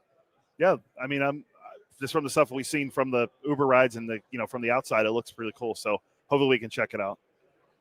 All righty, that is going to do it for the first half of A's Cast Live. Thank you, everybody, for listening. Thank you, everybody, for watching. We will be back at 2 o'clock. Oh, Correct. no, excuse me, 11. Yeah, 11 a.m. Pacific, 2 o'clock. 11 a.m. Pacific time, we'll be back. All right, we'll be back. Have a good lunch, or for you, brunch. We're going to have lunch, and we'll see you back at 11 a.m. The time is now. Grab your sunglasses, A's gear, and get ready for some fun in the sun. Spring training is back as the Athletics get ready for the 2026 season. Now's the time to make plans to catch us in Mesa, Arizona, starting on February 22nd, and enjoy the sunshine of your family and friends. Grab your tickets early for the best seats at the lowest prices as your green and gold take on the Dodgers, Giants, Cubs, Padres, and more at Ho-Ho-Cam Stadium. Don't wait. Get your tickets at athletics.com/spring. That's athletics.com/spring. This has been a presentation of The Athletics.